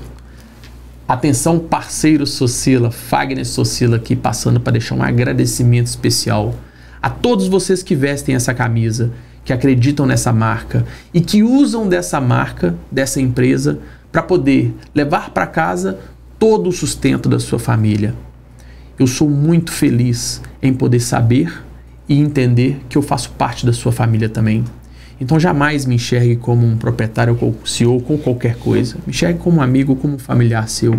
Eu tenho certeza absoluta que nós vamos enfrentar todas essas dificuldades que nós enfrentamos juntos e que nós vamos ter muitas histórias para contar juntos nessa família Socila. Esse é o meu agradecimento especial para todos vocês que de fato fazem a Socila ser o sucesso que é. Atenção, Elídia Socila. Gostaria de agradecer a você tudo aquilo que você me ensinou, tudo aquilo que você é para mim e tudo aquilo que você fez eu me tornar. Eu tenho certeza absoluta que esse não é o meu sonho. Eu não vivi, eu não sonhei para poder realizar o que eu estou fazendo. Esse sonho é de você, é seu, Elídia Socila. E enquanto eu tiver ar nos meus pulmões, eu quero tentar sempre realizar os seus sonhos. Porque afinal de contas, o maior sonho de um ser humano é realizar o sonho daquelas pessoas que eles amam e de que eles admiram. Esse é o meu comprometimento para você. Porque se eu realizar o seu sonho, mãe, Elídia, parceira, sócia, eu seria um homem realizado. Atenção, Fernando Bernini, esse recado vai para você, meu grande amigo. Você é o irmão que eu recebi da vida. A Teca é o irmão que eu recebi de Deus. Mas você, cara, é o cara mais especial e que eu amo mais na minha vida. Abaixo do meu pai, é claro. Olha aí, então, tá cara, vendo meu muito obrigado por toda a dedicação, por todo o tempo, por tudo aquilo que você representa para mim. Você me ensinou, cara, coisas que eu jamais imaginaria que eu ia aprender com outro homem. Dignidade, respeito, honestidade, hombridade e o mais que isso, cara. Tranquilidade. É isso que você passa para mim todos os dias que eu escolhi passar ao seu lado. Então, eu não sou um cara muito bom com palavras, mas aqui vai a minha admiração e meu afeto, principalmente para você, Fernando Bernini. Você é o cara que eu escolhi estar do lado todos esses dias. Aí, Abadanei, como é que você tá, meu querido? Beleza? Grande José Matheus, você é o homem, cara, que eu me inspiro todos os dias na parte de trabalho. Talvez eu nunca conheci uma pessoa tão bacana, simpática, educada, carinhosa e tão dinâmica no trabalho como você é. Eu fiz várias faculdades, pai, coisa que você não pôde fazer, eu tenho certeza absoluta disso. Mas toda vez que eu me pego nos meus estudos, na minha evolução, cara, eu me inspiro em você, tenha certeza disso. Tudo aquilo que você representa para mim, tudo aquilo que você é para mim, é o que me torna e o que eu tento ser todos os dias. Talvez eu não tenha tanta simpatia e tanta humildade e simplicidade que você tem, mas pode ter certeza absoluta, cara. Você é a razão de toda essa inspiração que eu tento passar para as pessoas. E muito obrigado, viu? Ó, o negócio foi profundo aqui hoje, hein? Olá, dona Aya. Como vai você? Você é o meu sonho que eu concebi. Você é muito mais do que você possa imaginar. E eu tenho certeza absoluta.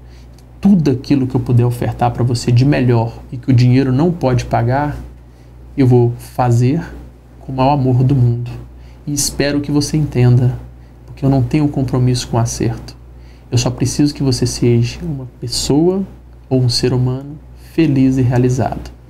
E assim eu prometo todos os dias da minha vida dedicar toda a minha energia vital a você. Aí faltou um aí, hein? Teca peteca, nariz de perereca. Fala, dona Daniele Bárbara Gonçalves. Gostaria de agradecer você imensamente por tudo que você é e por tudo que você dedicou para mim. Eu tenho certeza absoluta que nem nas nossas brincadeiras de infância nós imaginaríamos que nós estaríamos onde nós estamos. Mas pode ter certeza absoluta que nós estamos onde nós merecemos. E nós dois somos merecedores. Não por aquilo que nós conquistamos, mas por aquilo que nós fazemos para as pessoas. E podem ter certeza que muitas pessoas receberam nosso carinho, nosso afeto, nosso amor através daquelas brincadeiras que nós trouxemos para um com o outro e estamos entregando às outras pessoas. Minha gratidão eterna por você, minha companheira, que vai ser minha companheira para a vida e para a eternidade. Um beijo, eu te amo demais, viu? E agora o último recado, não tão importante, não tão especial, mas que é de extrema importância para mim, para a Bárbara Alvarenga. Senhorita Bárbara Alvarenga, eu tenho o privilégio de poder falar para todo mundo e guardar esse vídeo para a posteridade para você. Eu escolhi você para ter a imagem e semelhança da minha filha. Então, grave isso no seu coração. A Aya é um projeto meu e seu, mas que eu pretendo e que eu espere que ela tenha muito mais de você do que de mim. Porque, afinal de contas, eu tive o privilégio e o tempo, um longo tempo, para poder escolher exatamente quais eram os atributos e as qualidades que eu queria na minha filha. jamais desmerecendo qualquer outra pessoa que passou na minha vida. Todas foram extremamente importantes, com muitas qualidades. Mas de todas elas, eis você, a vencedora. E que de fato é o que nós vamos construir na nossa criança. Muito obrigado e minha gratidão é eterna. Aê! Que isso, hein, Brenão lindão? O cara abriu o coração aqui, hein? Ó, que eu tô vendo já que a Bárbara vai até ovular hoje. Mas quem sabe, já tô querendo o segundo mesmo. Quer fazer a brincadeira do desafio aí? Vamos lá, ué. Então, para fechar com chave de ouro, né, o nosso desafio aí de fim de podcast. Sim. Podcast do Papo de Salão. Uma música para nossa playlist, uma frase clichê. A música, eu gosto muito de Engenheiros do Havaí. Foi uma banda que mexeu muito na minha infância. E eu gostaria muito de citar aí a Perfeita Simetria. É uma música maravilhosa aí que eu tenho certeza absoluta que todo mundo que escutar ela vai entender o porquê que eu estou escolhendo ela. Porque nós não somos completos sozinhos. Nós sempre precisamos de uma outra metade. E nós estamos sempre em busca das outras metades. Então, Perfeita Simetria vai cair como uma luva aí. E a frase clichê qual que é? A frase clichê é aquela mais clichêzona de todas, tá bom? Água mole, pedra dura? Não, né? É Deus no céu e nós do corcel. Mentira, vamos para uma frase mais interessante. A frase que eu gostaria de passar para todo mundo é muito mais que uma frase. É o Pai Nosso. Eu acredito que Pai Nosso estais no céu, santificado seja o vosso nome. É um hino para que toda vez que você estiver passando por um momento difícil, que você estiver com um momento muito complicado, por uma crise de ansiedade, e que você não estiver vendo uma resposta, ajoelhe no chão, põe os joelhos no chão e faça essa oração. Cite isso para o seu coração, para você. Porque todas as vezes que você estiver em oração, você está num processo de agradecimento com aquele ser supremo que te trouxe você aqui e que vai fazer com que você entenda seu propósito, mas que você utilize com o coração aberto. Não como, eu só vou falar isso aqui, não. Cite ela, escute ela, que você vai entender. E você vai encontrar as respostas que você precisa para esse momento de tanta aflição. Então é isso aí, pessoal. Esse foi o Papo de Salão com o seu Fagner Socila. E muito obrigado e boa tarde a todos. Obrigado a todos aí. Eu tive o privilégio aí de fazer esse bate-papo aí com o Fernando, que é um cara que eu admiro demais. E gostaria de agradecer a todos aí. Espero que possa voltar em breve. Em breve, foi. Quinta-feira que vem tá aí. Até mais, pessoal. Valeu!